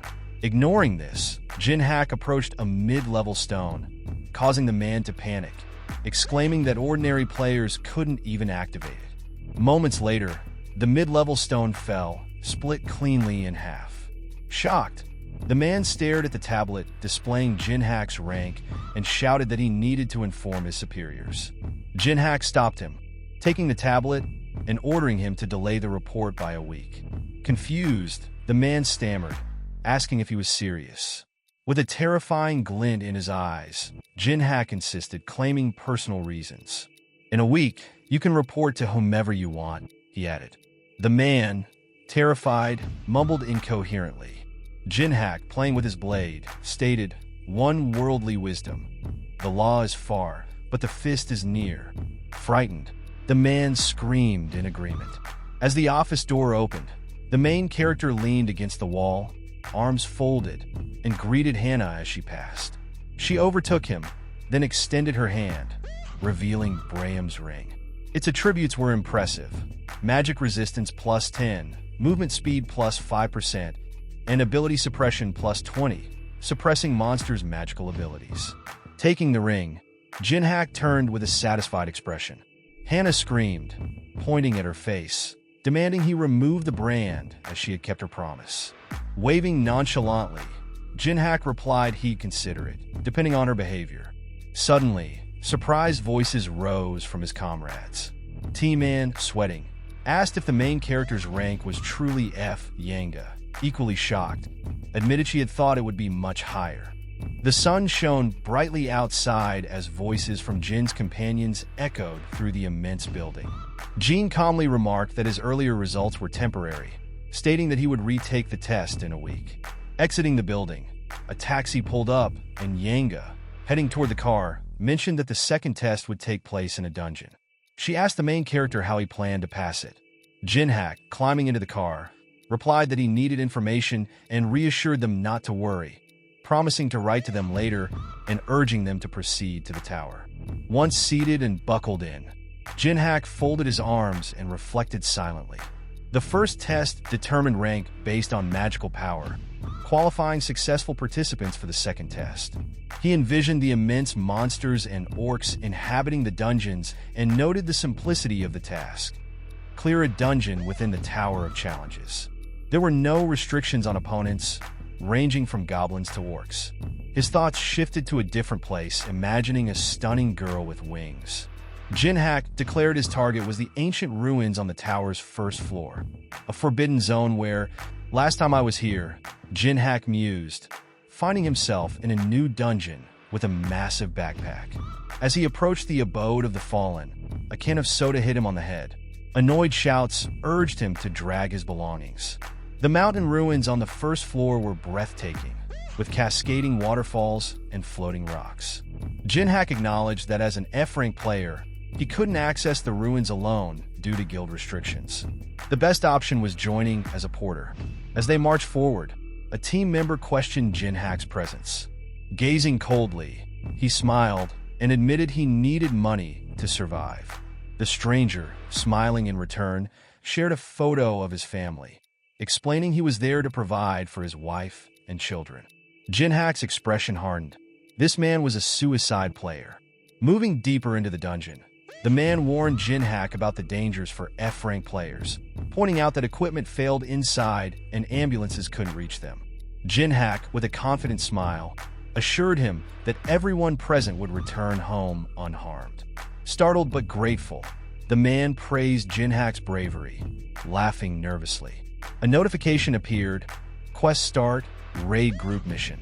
The task was to kill the location boss, free the prince within the ruins, and earn a relic as a reward. As the group set up camp, dropping their heavy backpacks, the leader announced a rest period before the raid. Jinhack gazed at the immense golden temple ahead. A notification suddenly appeared, announcing a special reward for the first conqueror of the tower. Surprised, Jinhack wondered if he was the only one who could see the message. Another notification followed: plus 10 points to luck and adaptability. He unlocked 2 abilities, Cold Heart and Monopolization. Cold Heart allowed him to remain calm under critical pressure, but made it difficult to express emotions. Monopolization promised the highest rewards if the quest was completed solo. Confused yet thrilled, Jinhack's face twisted into a crazed smile, his eyes gleaming with madness. "How cool is this?" he muttered, placing a hand over his mouth as he considered the rewards. Behind him, numerous chests materialized, each containing incredible treasures. Jinhack realized that, despite the tower's countless rewards, obtaining even one was sheer fortune. A sudden, bright light illuminated the temple, and barely visible figures began to emerge. The raiding party had arrived. One man loudly complained about not being used to teleportation, while another checked on the group, confirming that all 50 soldiers had survived the transfer. Jinhack watched silently. Ordinary workers looked on with fear and distrust at the arriving raid group. A notification reported that the level 1 Eye of Truth was in use. "We're moving forward," the leader, Jangon, shouted, adding they'd formed the formation as they moved. The raid group led the vanguard. Jangon, age 29 and level 14, had the relief ability. Jean learned that copying this ability required gaining Jangon's trust during the raid. Jin's eyes exuded strong magical energy. "Damn," he muttered, biting his lip worried. Watching Jangon gather the squad, Jean thought gaining trust would be difficult. "Wait a minute," he suddenly said, his glowing eyes betraying an idea. Jangon remained oblivious to Jin's scrutiny as Jean wondered how a top 10 guild leader could be such a low level. Arms crossed, he vowed to remain unnoticed. The destroyed temple showed devastation everywhere. Roots sprouted through broken walls and floors. A mage leading the squad stopped before pitch darkness, warning everyone to stay close or risk getting lost, as no one could save them. The lamp ability of level 1 activated, the mage's glowing staff releasing strong red magic that lit up the corridor. It revealed corpses and bones of raiders and monsters. Ordinary workers hesitated, fearful of the ruins. Passing slain monsters, one worker remarked on the massacre that must have occurred. They ventured deeper, unnerved by the eerie atmosphere. Suddenly, Chonglin's troops found their target and summoned the workers. Jean watched the squad leader with contempt. Strange, he thought, noting the absence of losses despite the heavy monster presence. Recalling Jangon's shouted instructions, Jean questioned his strategy, finding it odd. His musings were interrupted when a porter struck his shoulder, angrily ordering him to distribute water. Remembering his role, Jean smiled faintly, veins standing out on his face.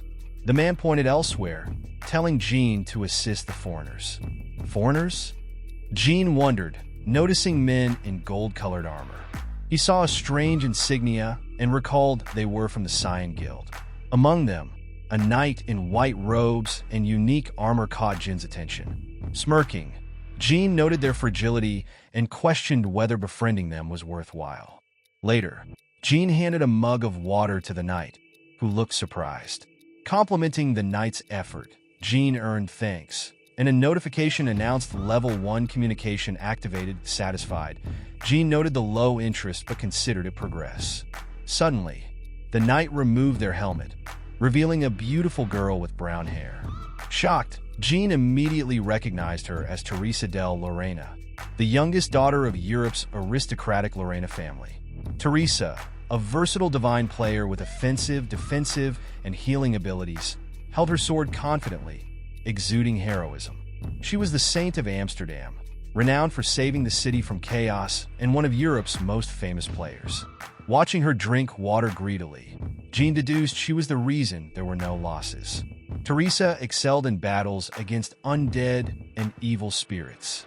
Jin's eyes glowed as he reflected on her skill and questioned why she was here while a third-floor boss raid was ongoing. The level 1 Eye of Truth activated again, but an error appeared.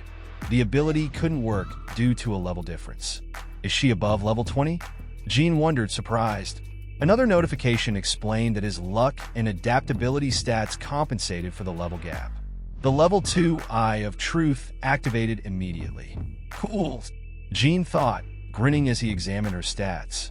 Teresa, age 22 and level 29, possessed the special ability Protection of Heaven. Her blue eyes radiated love and kindness, free of anger or greed.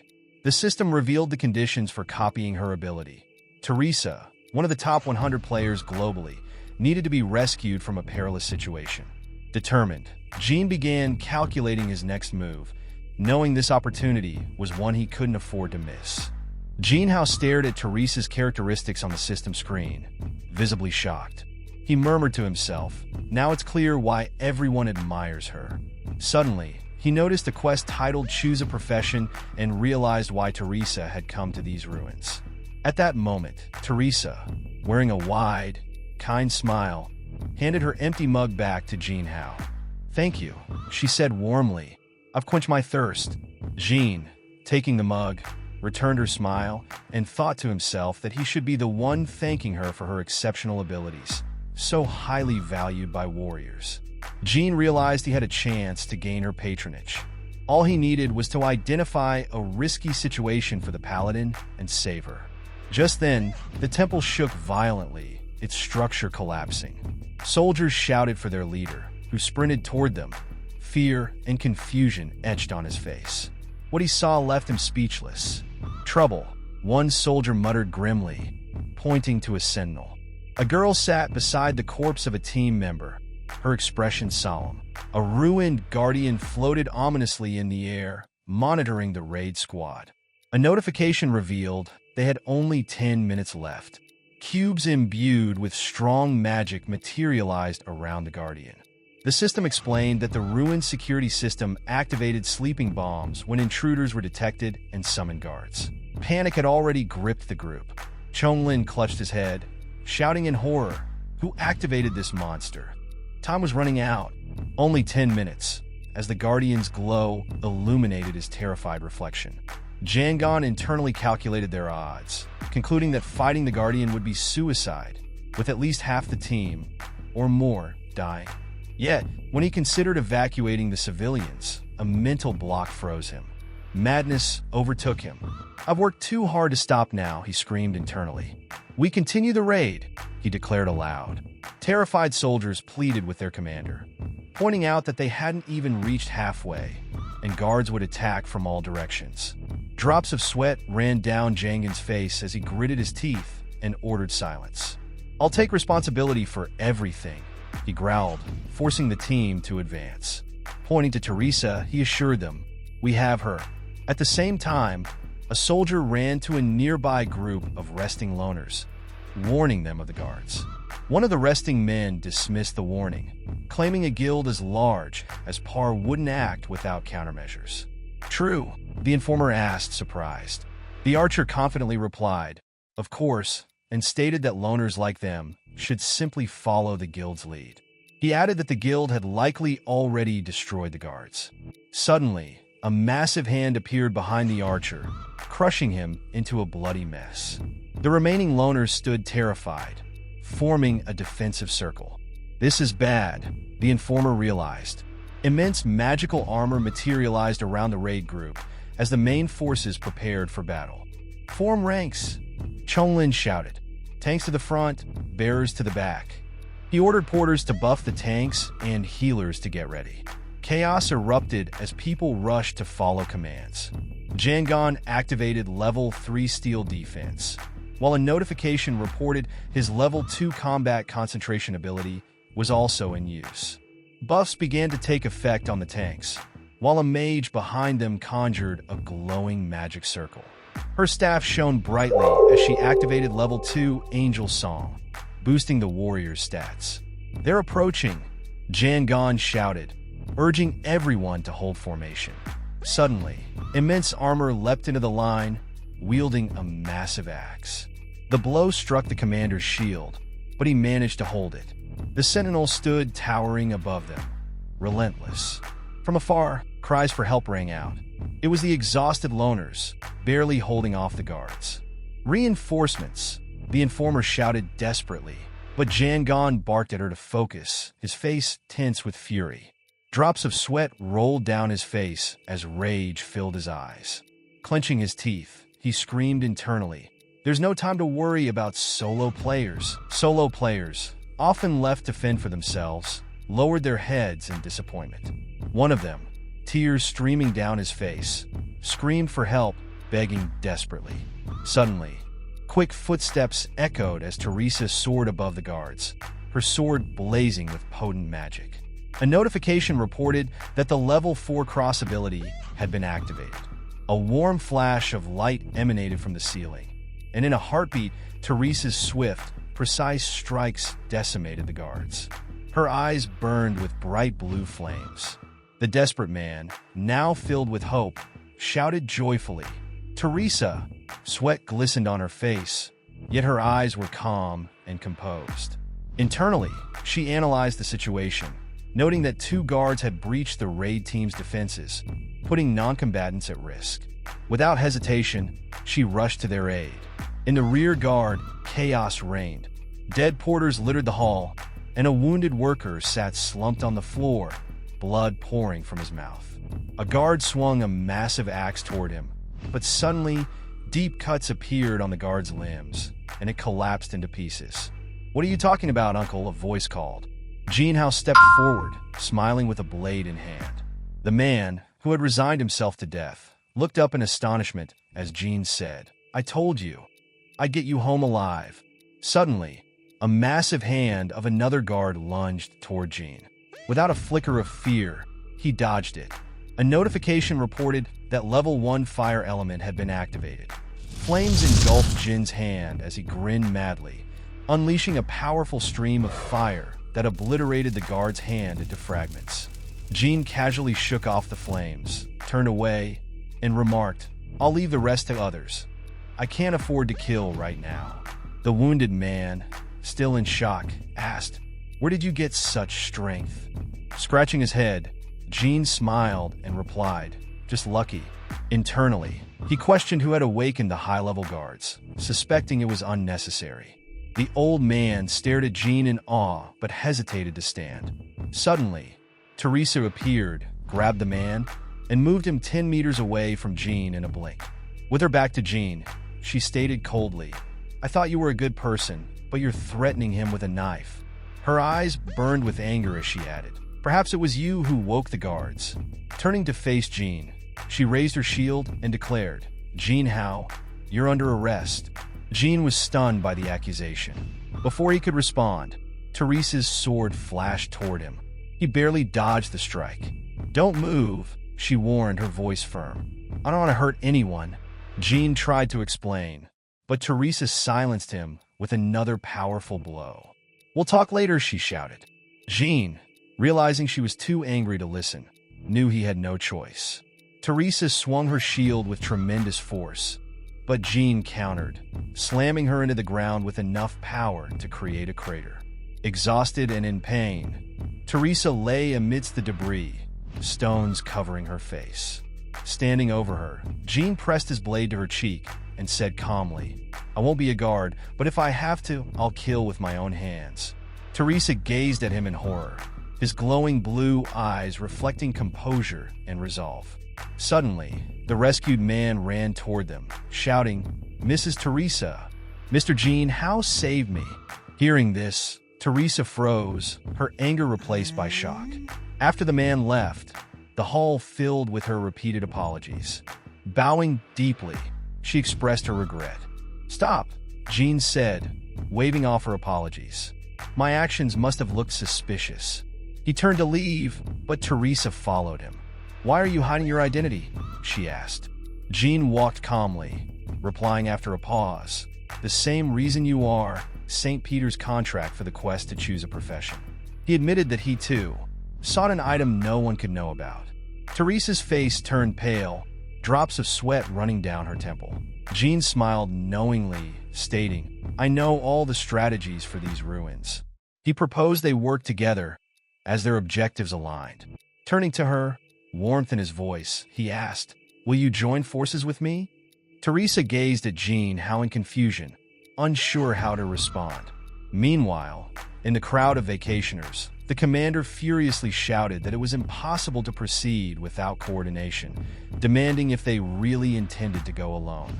Teresa, placing a hand to her chest, calmly explained that according to their map, only 20 kilometers remain. She further stated that, as per their agreement, all squad leaders had equal rights before the boss battle. Hearing this, Yungan broke into a cold sweat, unsure of how to respond, and reluctantly allowed Teresa to separate from the group. He instructed her to return before reaching the boss's room. Teresa, clasping her hands in joy, promised to rejoin them before the battle began. Remembering something, she requested to take a porter with her. Yungan waved dismissively, granting her request and walking away. The porters, huddled together, murmured anxiously, "This is a one-way ticket," one whispered, praying not to be chosen. Suddenly, Jin Hao stepped forward from the crowd, his expression serious, and declared that he was ready to go. The workers threw themselves at him, begging him not to act impulsively. In his head, Jin noted that they wouldn't understand him no matter what he said. "Uncle," Jin called out, pausing dramatically. A terrifying aura emanated from him, silencing the crowd. He clutched his chest and shouted, "Love burns inside me now, and even if I die because of my weakness, I won't regret it." Shocked, the porters released him, and Jean turned away. Teresa and Jean left together, with the porters marveling at his romanticism. Exhaling heavily, Jean muttered that he was tired. Teresa, walking beside him, observed him silently. Eventually, they entered a hall teeming with monsters. Reaching the platform's edge, they peered down. Teresa pointed to a crypt encased in a magical barrier. "The Treaty of St. Peter is in that sarcophagus," she explained. "I noticed that too," Jean replied calmly. He asked if she understood that the protection needed to be removed. "Yes, I know," Teresa confirmed confidently. Suddenly, a warning appeared before them. Teresa froze, staring at the system window in shock. The message read, "The master of the abode of the fallen is watching you, Jean." Reading the same, rubbed his chin thoughtfully. "It's definitely the boss," he remarked to himself. The girl, trembling, pointed to the warning and stammered, "Does he see us as enemies?" Jean shook his head and, pointing to himself, said, "No, the boss is interested in me." Teresa stared at him in disbelief, questioning where his confidence came from. Turning to Jean, she hesitated before asking, "Do you really know the way through?" Hands in his pockets, Jean replied confidently, "I've known it for a long time."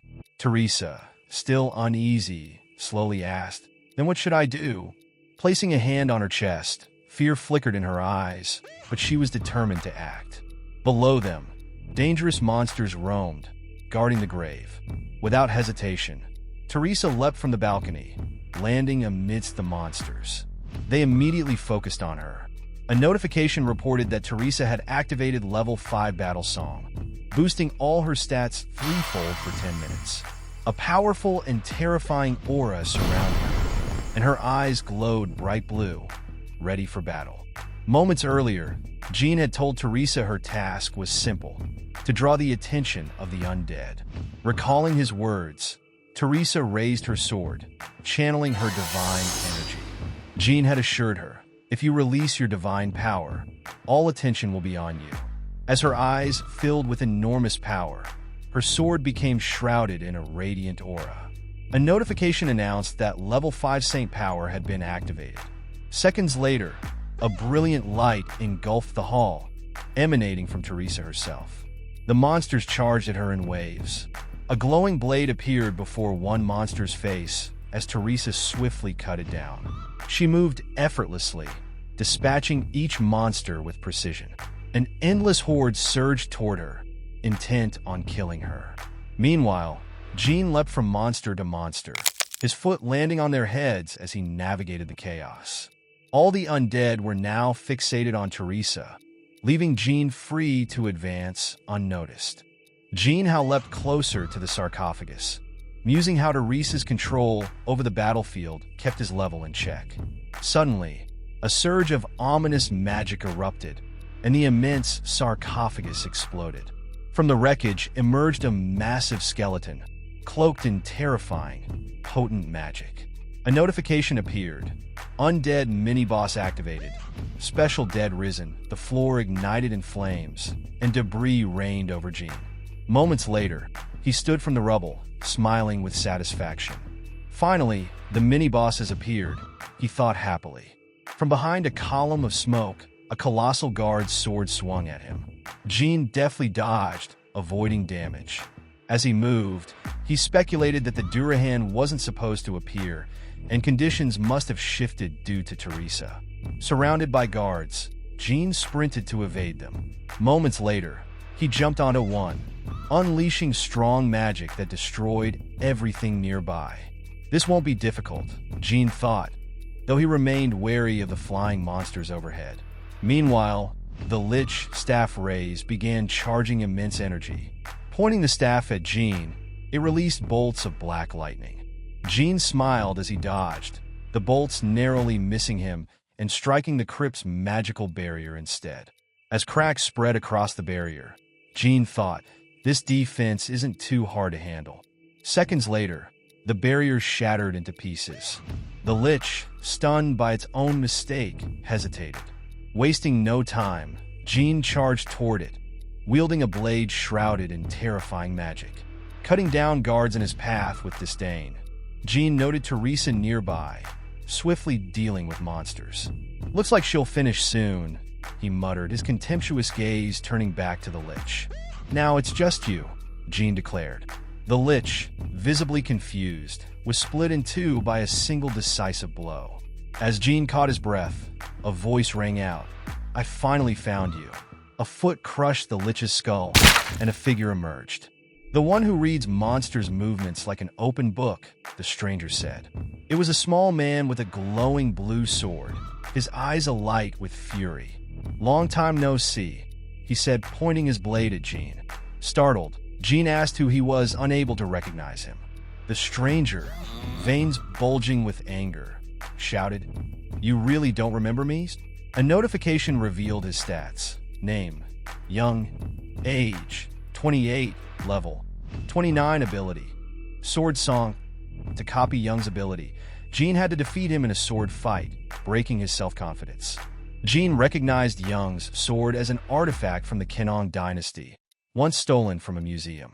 Memories resurfaced of Young's repeated challenges in the virtual challenge tower, each time following Jean from floor to floor after defeats. A stalker, Jean realized. Furious, Young declared, You underestimate me because this game has become reality. Jean, exasperated, muttered, Young again, and accused him of fighting only for entertainment. This time will be different, Young bellowed, leveling his sword. Jean turned away coldly, dismissing him, but asking, Do you think you can handle it? Before Young could act, Teresa sprinted to Jin's side. Young's eyes narrowed as he sneered, An interesting partner. Furious, he shouted, No one will interfere. Activating level 5 battlefield selection, Young struck the ground with his sword, sending a powerful shockwave. Jean, standing near the crypt, reached into the sarcophagus and retrieved a glowing orb. Smiling, he glanced at Teresa. We'll meet again, he said as both he and Young vanished into a separate space. In the altered space, Young raised his sword, activating level 5 duel, increasing his stats by 10%. Simultaneously, Jin's stats were reduced by 10%, placing him at a disadvantage. Young charged at Jean, who calmly assessed the situation, noting that Young's abilities to control the battlefield and duel left him in a precarious position. A notification revealed special synthesis activated. Copying conditions adjusted to the unfavorable scenario. Stretching out his hand, Jean declared he was copying Young's unique ability. A notification appeared. Sword Song copied Jin's swordsman abilities enhanced by 200%. His body now intuitively mastered sword techniques and heightened perception. A grin spread across Jin's face as the copied ability was stored in the memories of the world. You're ignoring me again, Young roared, charging at Jin. The two clashed in a fierce battle, every blow countered with precision. Young, enraged, questioned why Jean fought at medium range with only a dagger. Smirking slyly, Jean replied, "This seems sufficient, and swordplay is fun." Young, his rage boiling over, activated level 6 Sword Soul, infusing his blade with enormous magic and releasing a shockwave. Jean easily dodged and taunted. "Trying too hard, aren't you? Using your best techniques on a novice?" Furious, Young shouted, "You're no novice anymore," and lunged forward, their battle far from over. Jean Hao dashed toward his opponent, clutching the sphere he had taken from the sarcophagus. "It's time," he murmured, acknowledging that his dagger wouldn't last if the enemy kept parrying.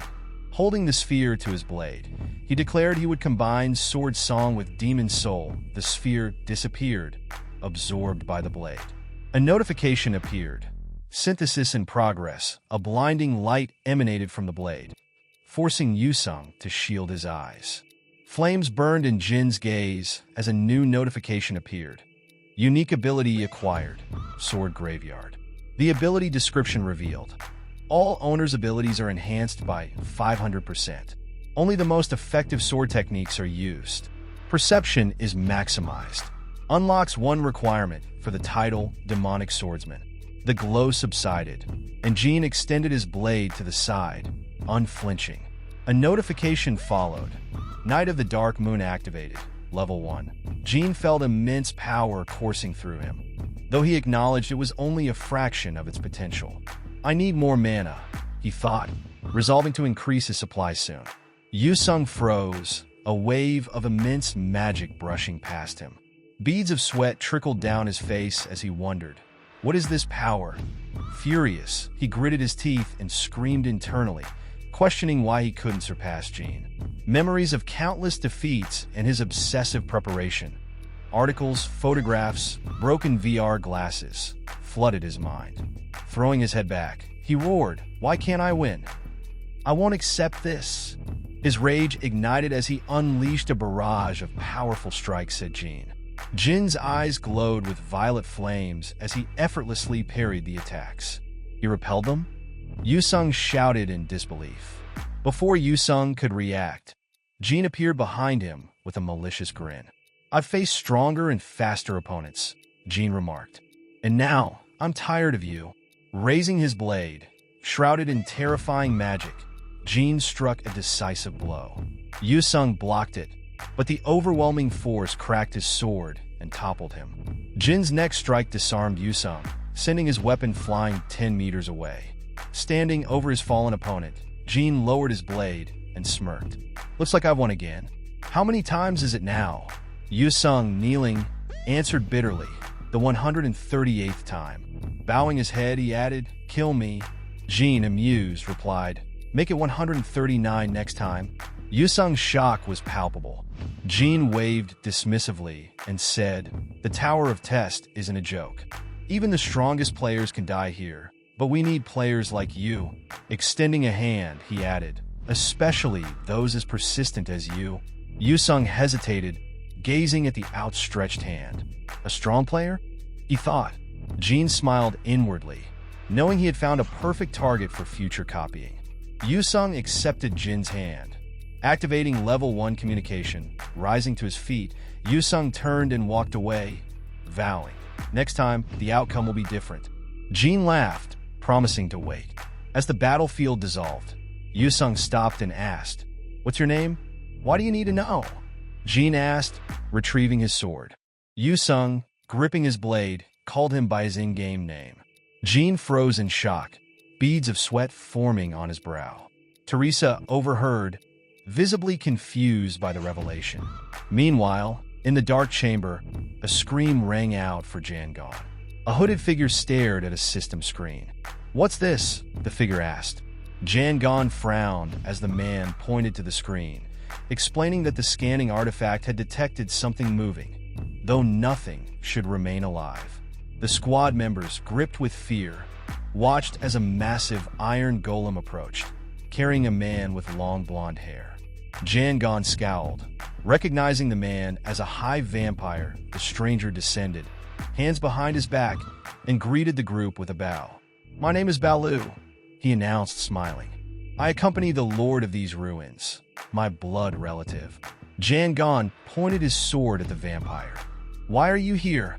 He demanded. You couldn't have just come for a stroll? Balu's expression darkened as he faced the hostile blades. I have a proposal, he stated, locking eyes with the group leader.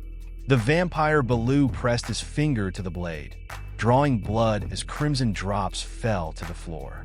I offer you a choice, he said coldly.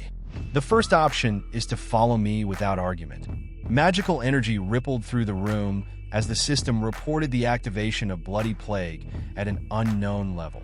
Scarlet streams of energy wrapped around the team members, leaving them screaming in fear as dark human silhouettes formed within the red cocoons.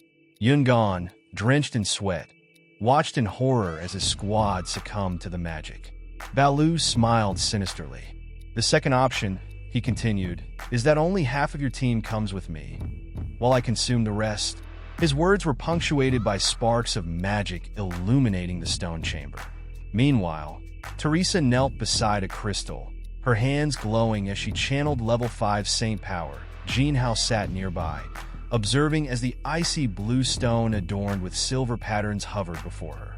The system reported the item as Icy Tear, which could boost magic when purified but would harm players otherwise. Teresa's efforts increased her mana by 12 points, and Jean, impressed, gave her a thumbs up. Did it work? She asked. Jean nodded, satisfied. Her eyes widened as a system notification appeared, an invitation from the monastery's owner. The system stated that accepting the invitation would deactivate all monsters and traps, but Teresa would need to enter the farthest room to save her group. The reward promised a meeting with the monastery's owner. Teresa's eyes glowed blue as she read the notification, her face damp with sweat. Lowering her head, she clenched her fists, struggling with the weight of the decision. She imagined a woman with black wings and red eyes, wondering if they could defeat the Lord. Doubts plagued her. Perhaps the raid group's fate would have been different had she stayed. I joined as a paladin to protect others, she murmured, but was that the wrong choice? Sensing her turmoil, leaned forward and said he would go because it was none of his concern. As he passed her, he remarked, You're struggling with this decision, so here's some advice. Yu Sung, observing from a distance, clenched his teeth. Jean Hao has no honor. He's selfish. I hate him, he muttered. Yet, he admitted that if anyone could defeat the Lord, it would be Jean. Teresa pursed her lips, listening in confusion. Yu Sung left. Teresa, steeling herself, declared to Jean, I'll accept the monastery owner's invitation. Jean, hands on his hips, smirked. My services aren't free. Are you sure you can pay the price? Teresa, her determination unshaken, replied, I'll pay whatever it takes. Jean, impressed, fist bumped her and agreed. A system notification confirmed that 2 players had accepted the quest. Approaching massive doors at the end of a hall, Teresa shuddered at the overwhelming mana emanating from within. Jean reassured her, the strongest doesn't always win. Trust me. The doors creaked open, revealing a crimson glow.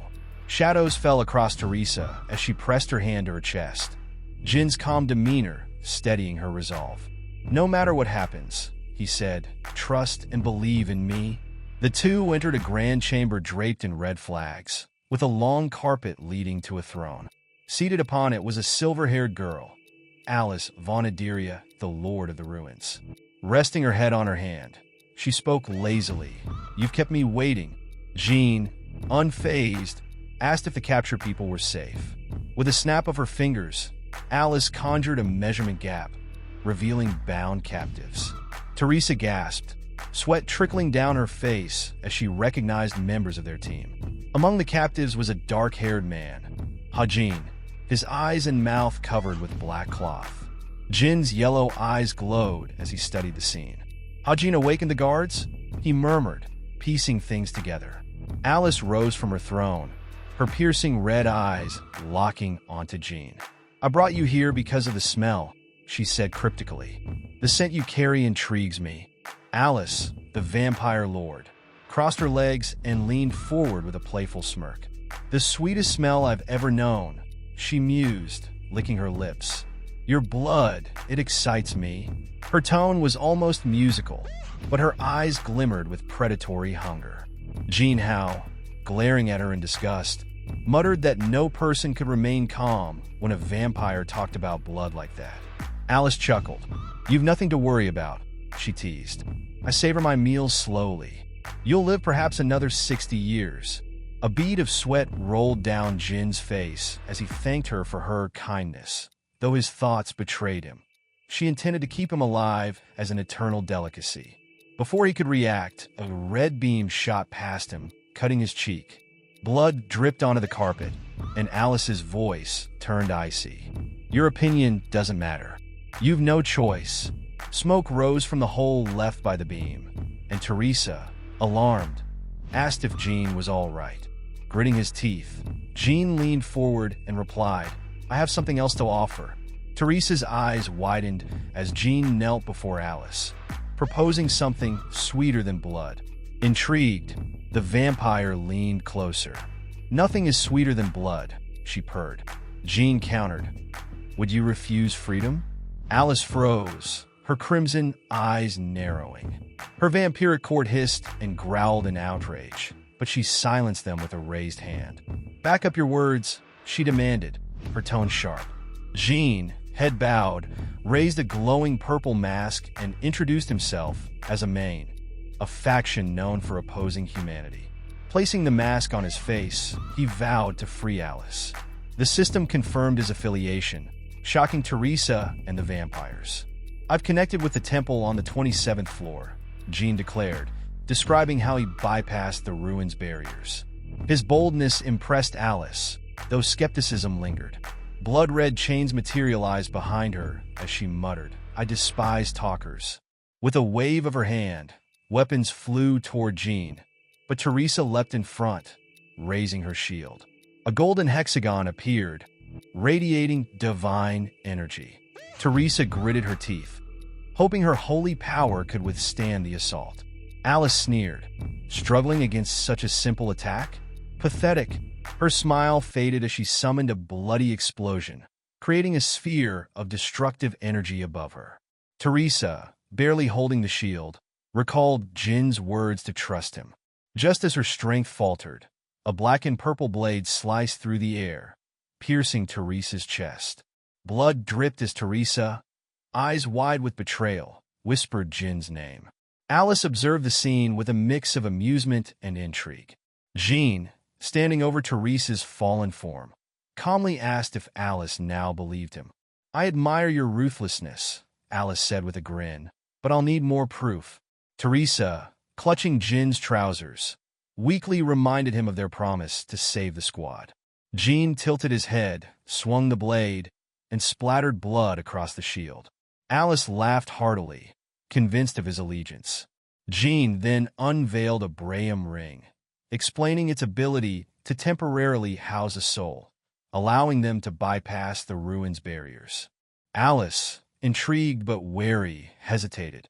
Through a mental connection, she instructed Baloo to kill Jean if anything seemed suspicious. Descending the steps, Alice contemplated her centuries of imprisonment and the slim chance of freedom. "Can I trust you?" she asked one last time. Jean extended his hand, vowing she wouldn't regret it. The system confirmed Alice's consent as she allowed her soul to transfer into the ring.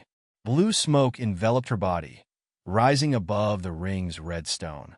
"It's cozy here," Alice remarked from within the ring. Jean picked it up, smirking. "Welcome to your new home," he said. Suddenly, the system activated Heaven's protection, and Teresa's body glowed.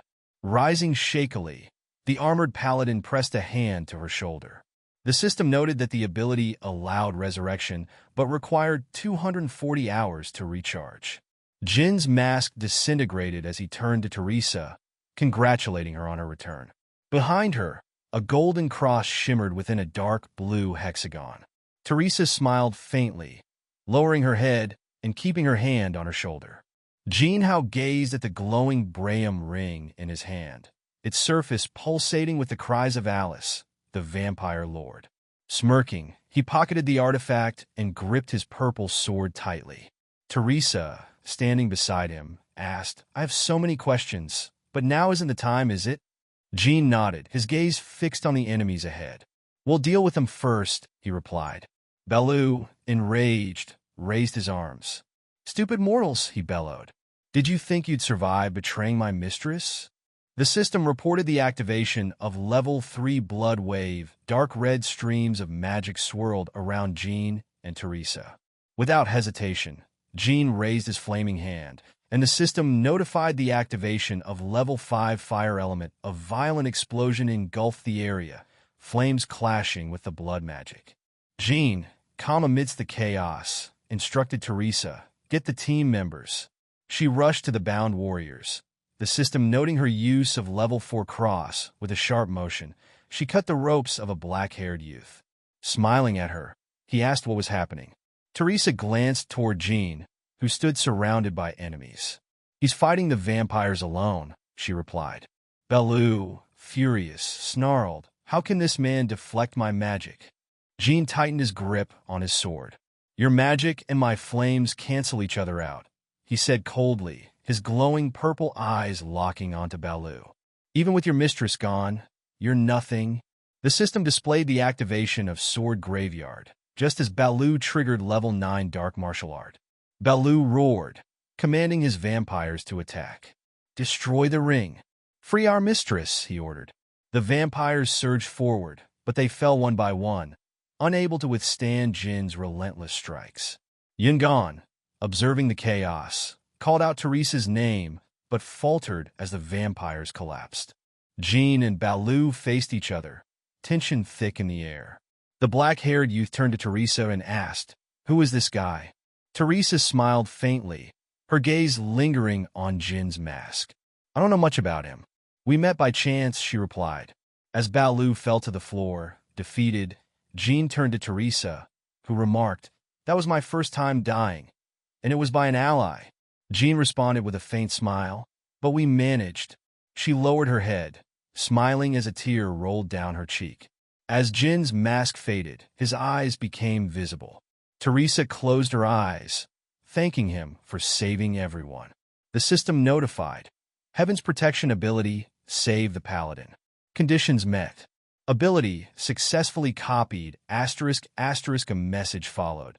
Confirming the ability's storage in the memories of the world, a golden cross appeared within a pentagon, representing the copied ability. Why are you crying? Jean asked, only for Teresa to punch him weakly in the chest. I don't know, she said, remembering how Jean had risked it all. When she asked if he had known she would be resurrected, Jean turned away silently. Pulling back a red curtain, he gestured toward the relics and said, Let's finish this. Yungan stepped forward, introducing himself and claiming the guild's rights to the relics. Jean, still masked, questioned, You're asking for relics after I saved your life? Yungan smiled, offering payment in exchange. Jean frowned, his patience thinning. Pointing to the relics, he allowed Yungan to take them, warning him not to complain about the outcome. Eagerly, Yungan approached a fragment of Merlin's staff. His eyes glimmered as he thought about restoring the guild's reputation. As his fingers brushed the staff, a searing pain caused him to scream and withdraw his hand. A red mark burned on his palm as Jean, observing from afar, muttered, The staff is cursed, and Alice's presence makes it unstable. Teresa gasped, covering her mouth as Yungan cried out in agony. Jean, unfazed, placed a hand on her shoulder and turned her away from the scene. There's nothing more for us here, he said quietly. Outside, the moon illuminated a tall, dark tower in the distance. A group stood at its base, waiting. Do you think we're wasting time here? One of them asked. A woman named Ian sighed, fatigue evident in her expression. I'm not sure, she admitted. A man beside her lit a cigarette, exhaling a plume of smoke. We'll know soon enough, he replied, gazing up at the ominous structure.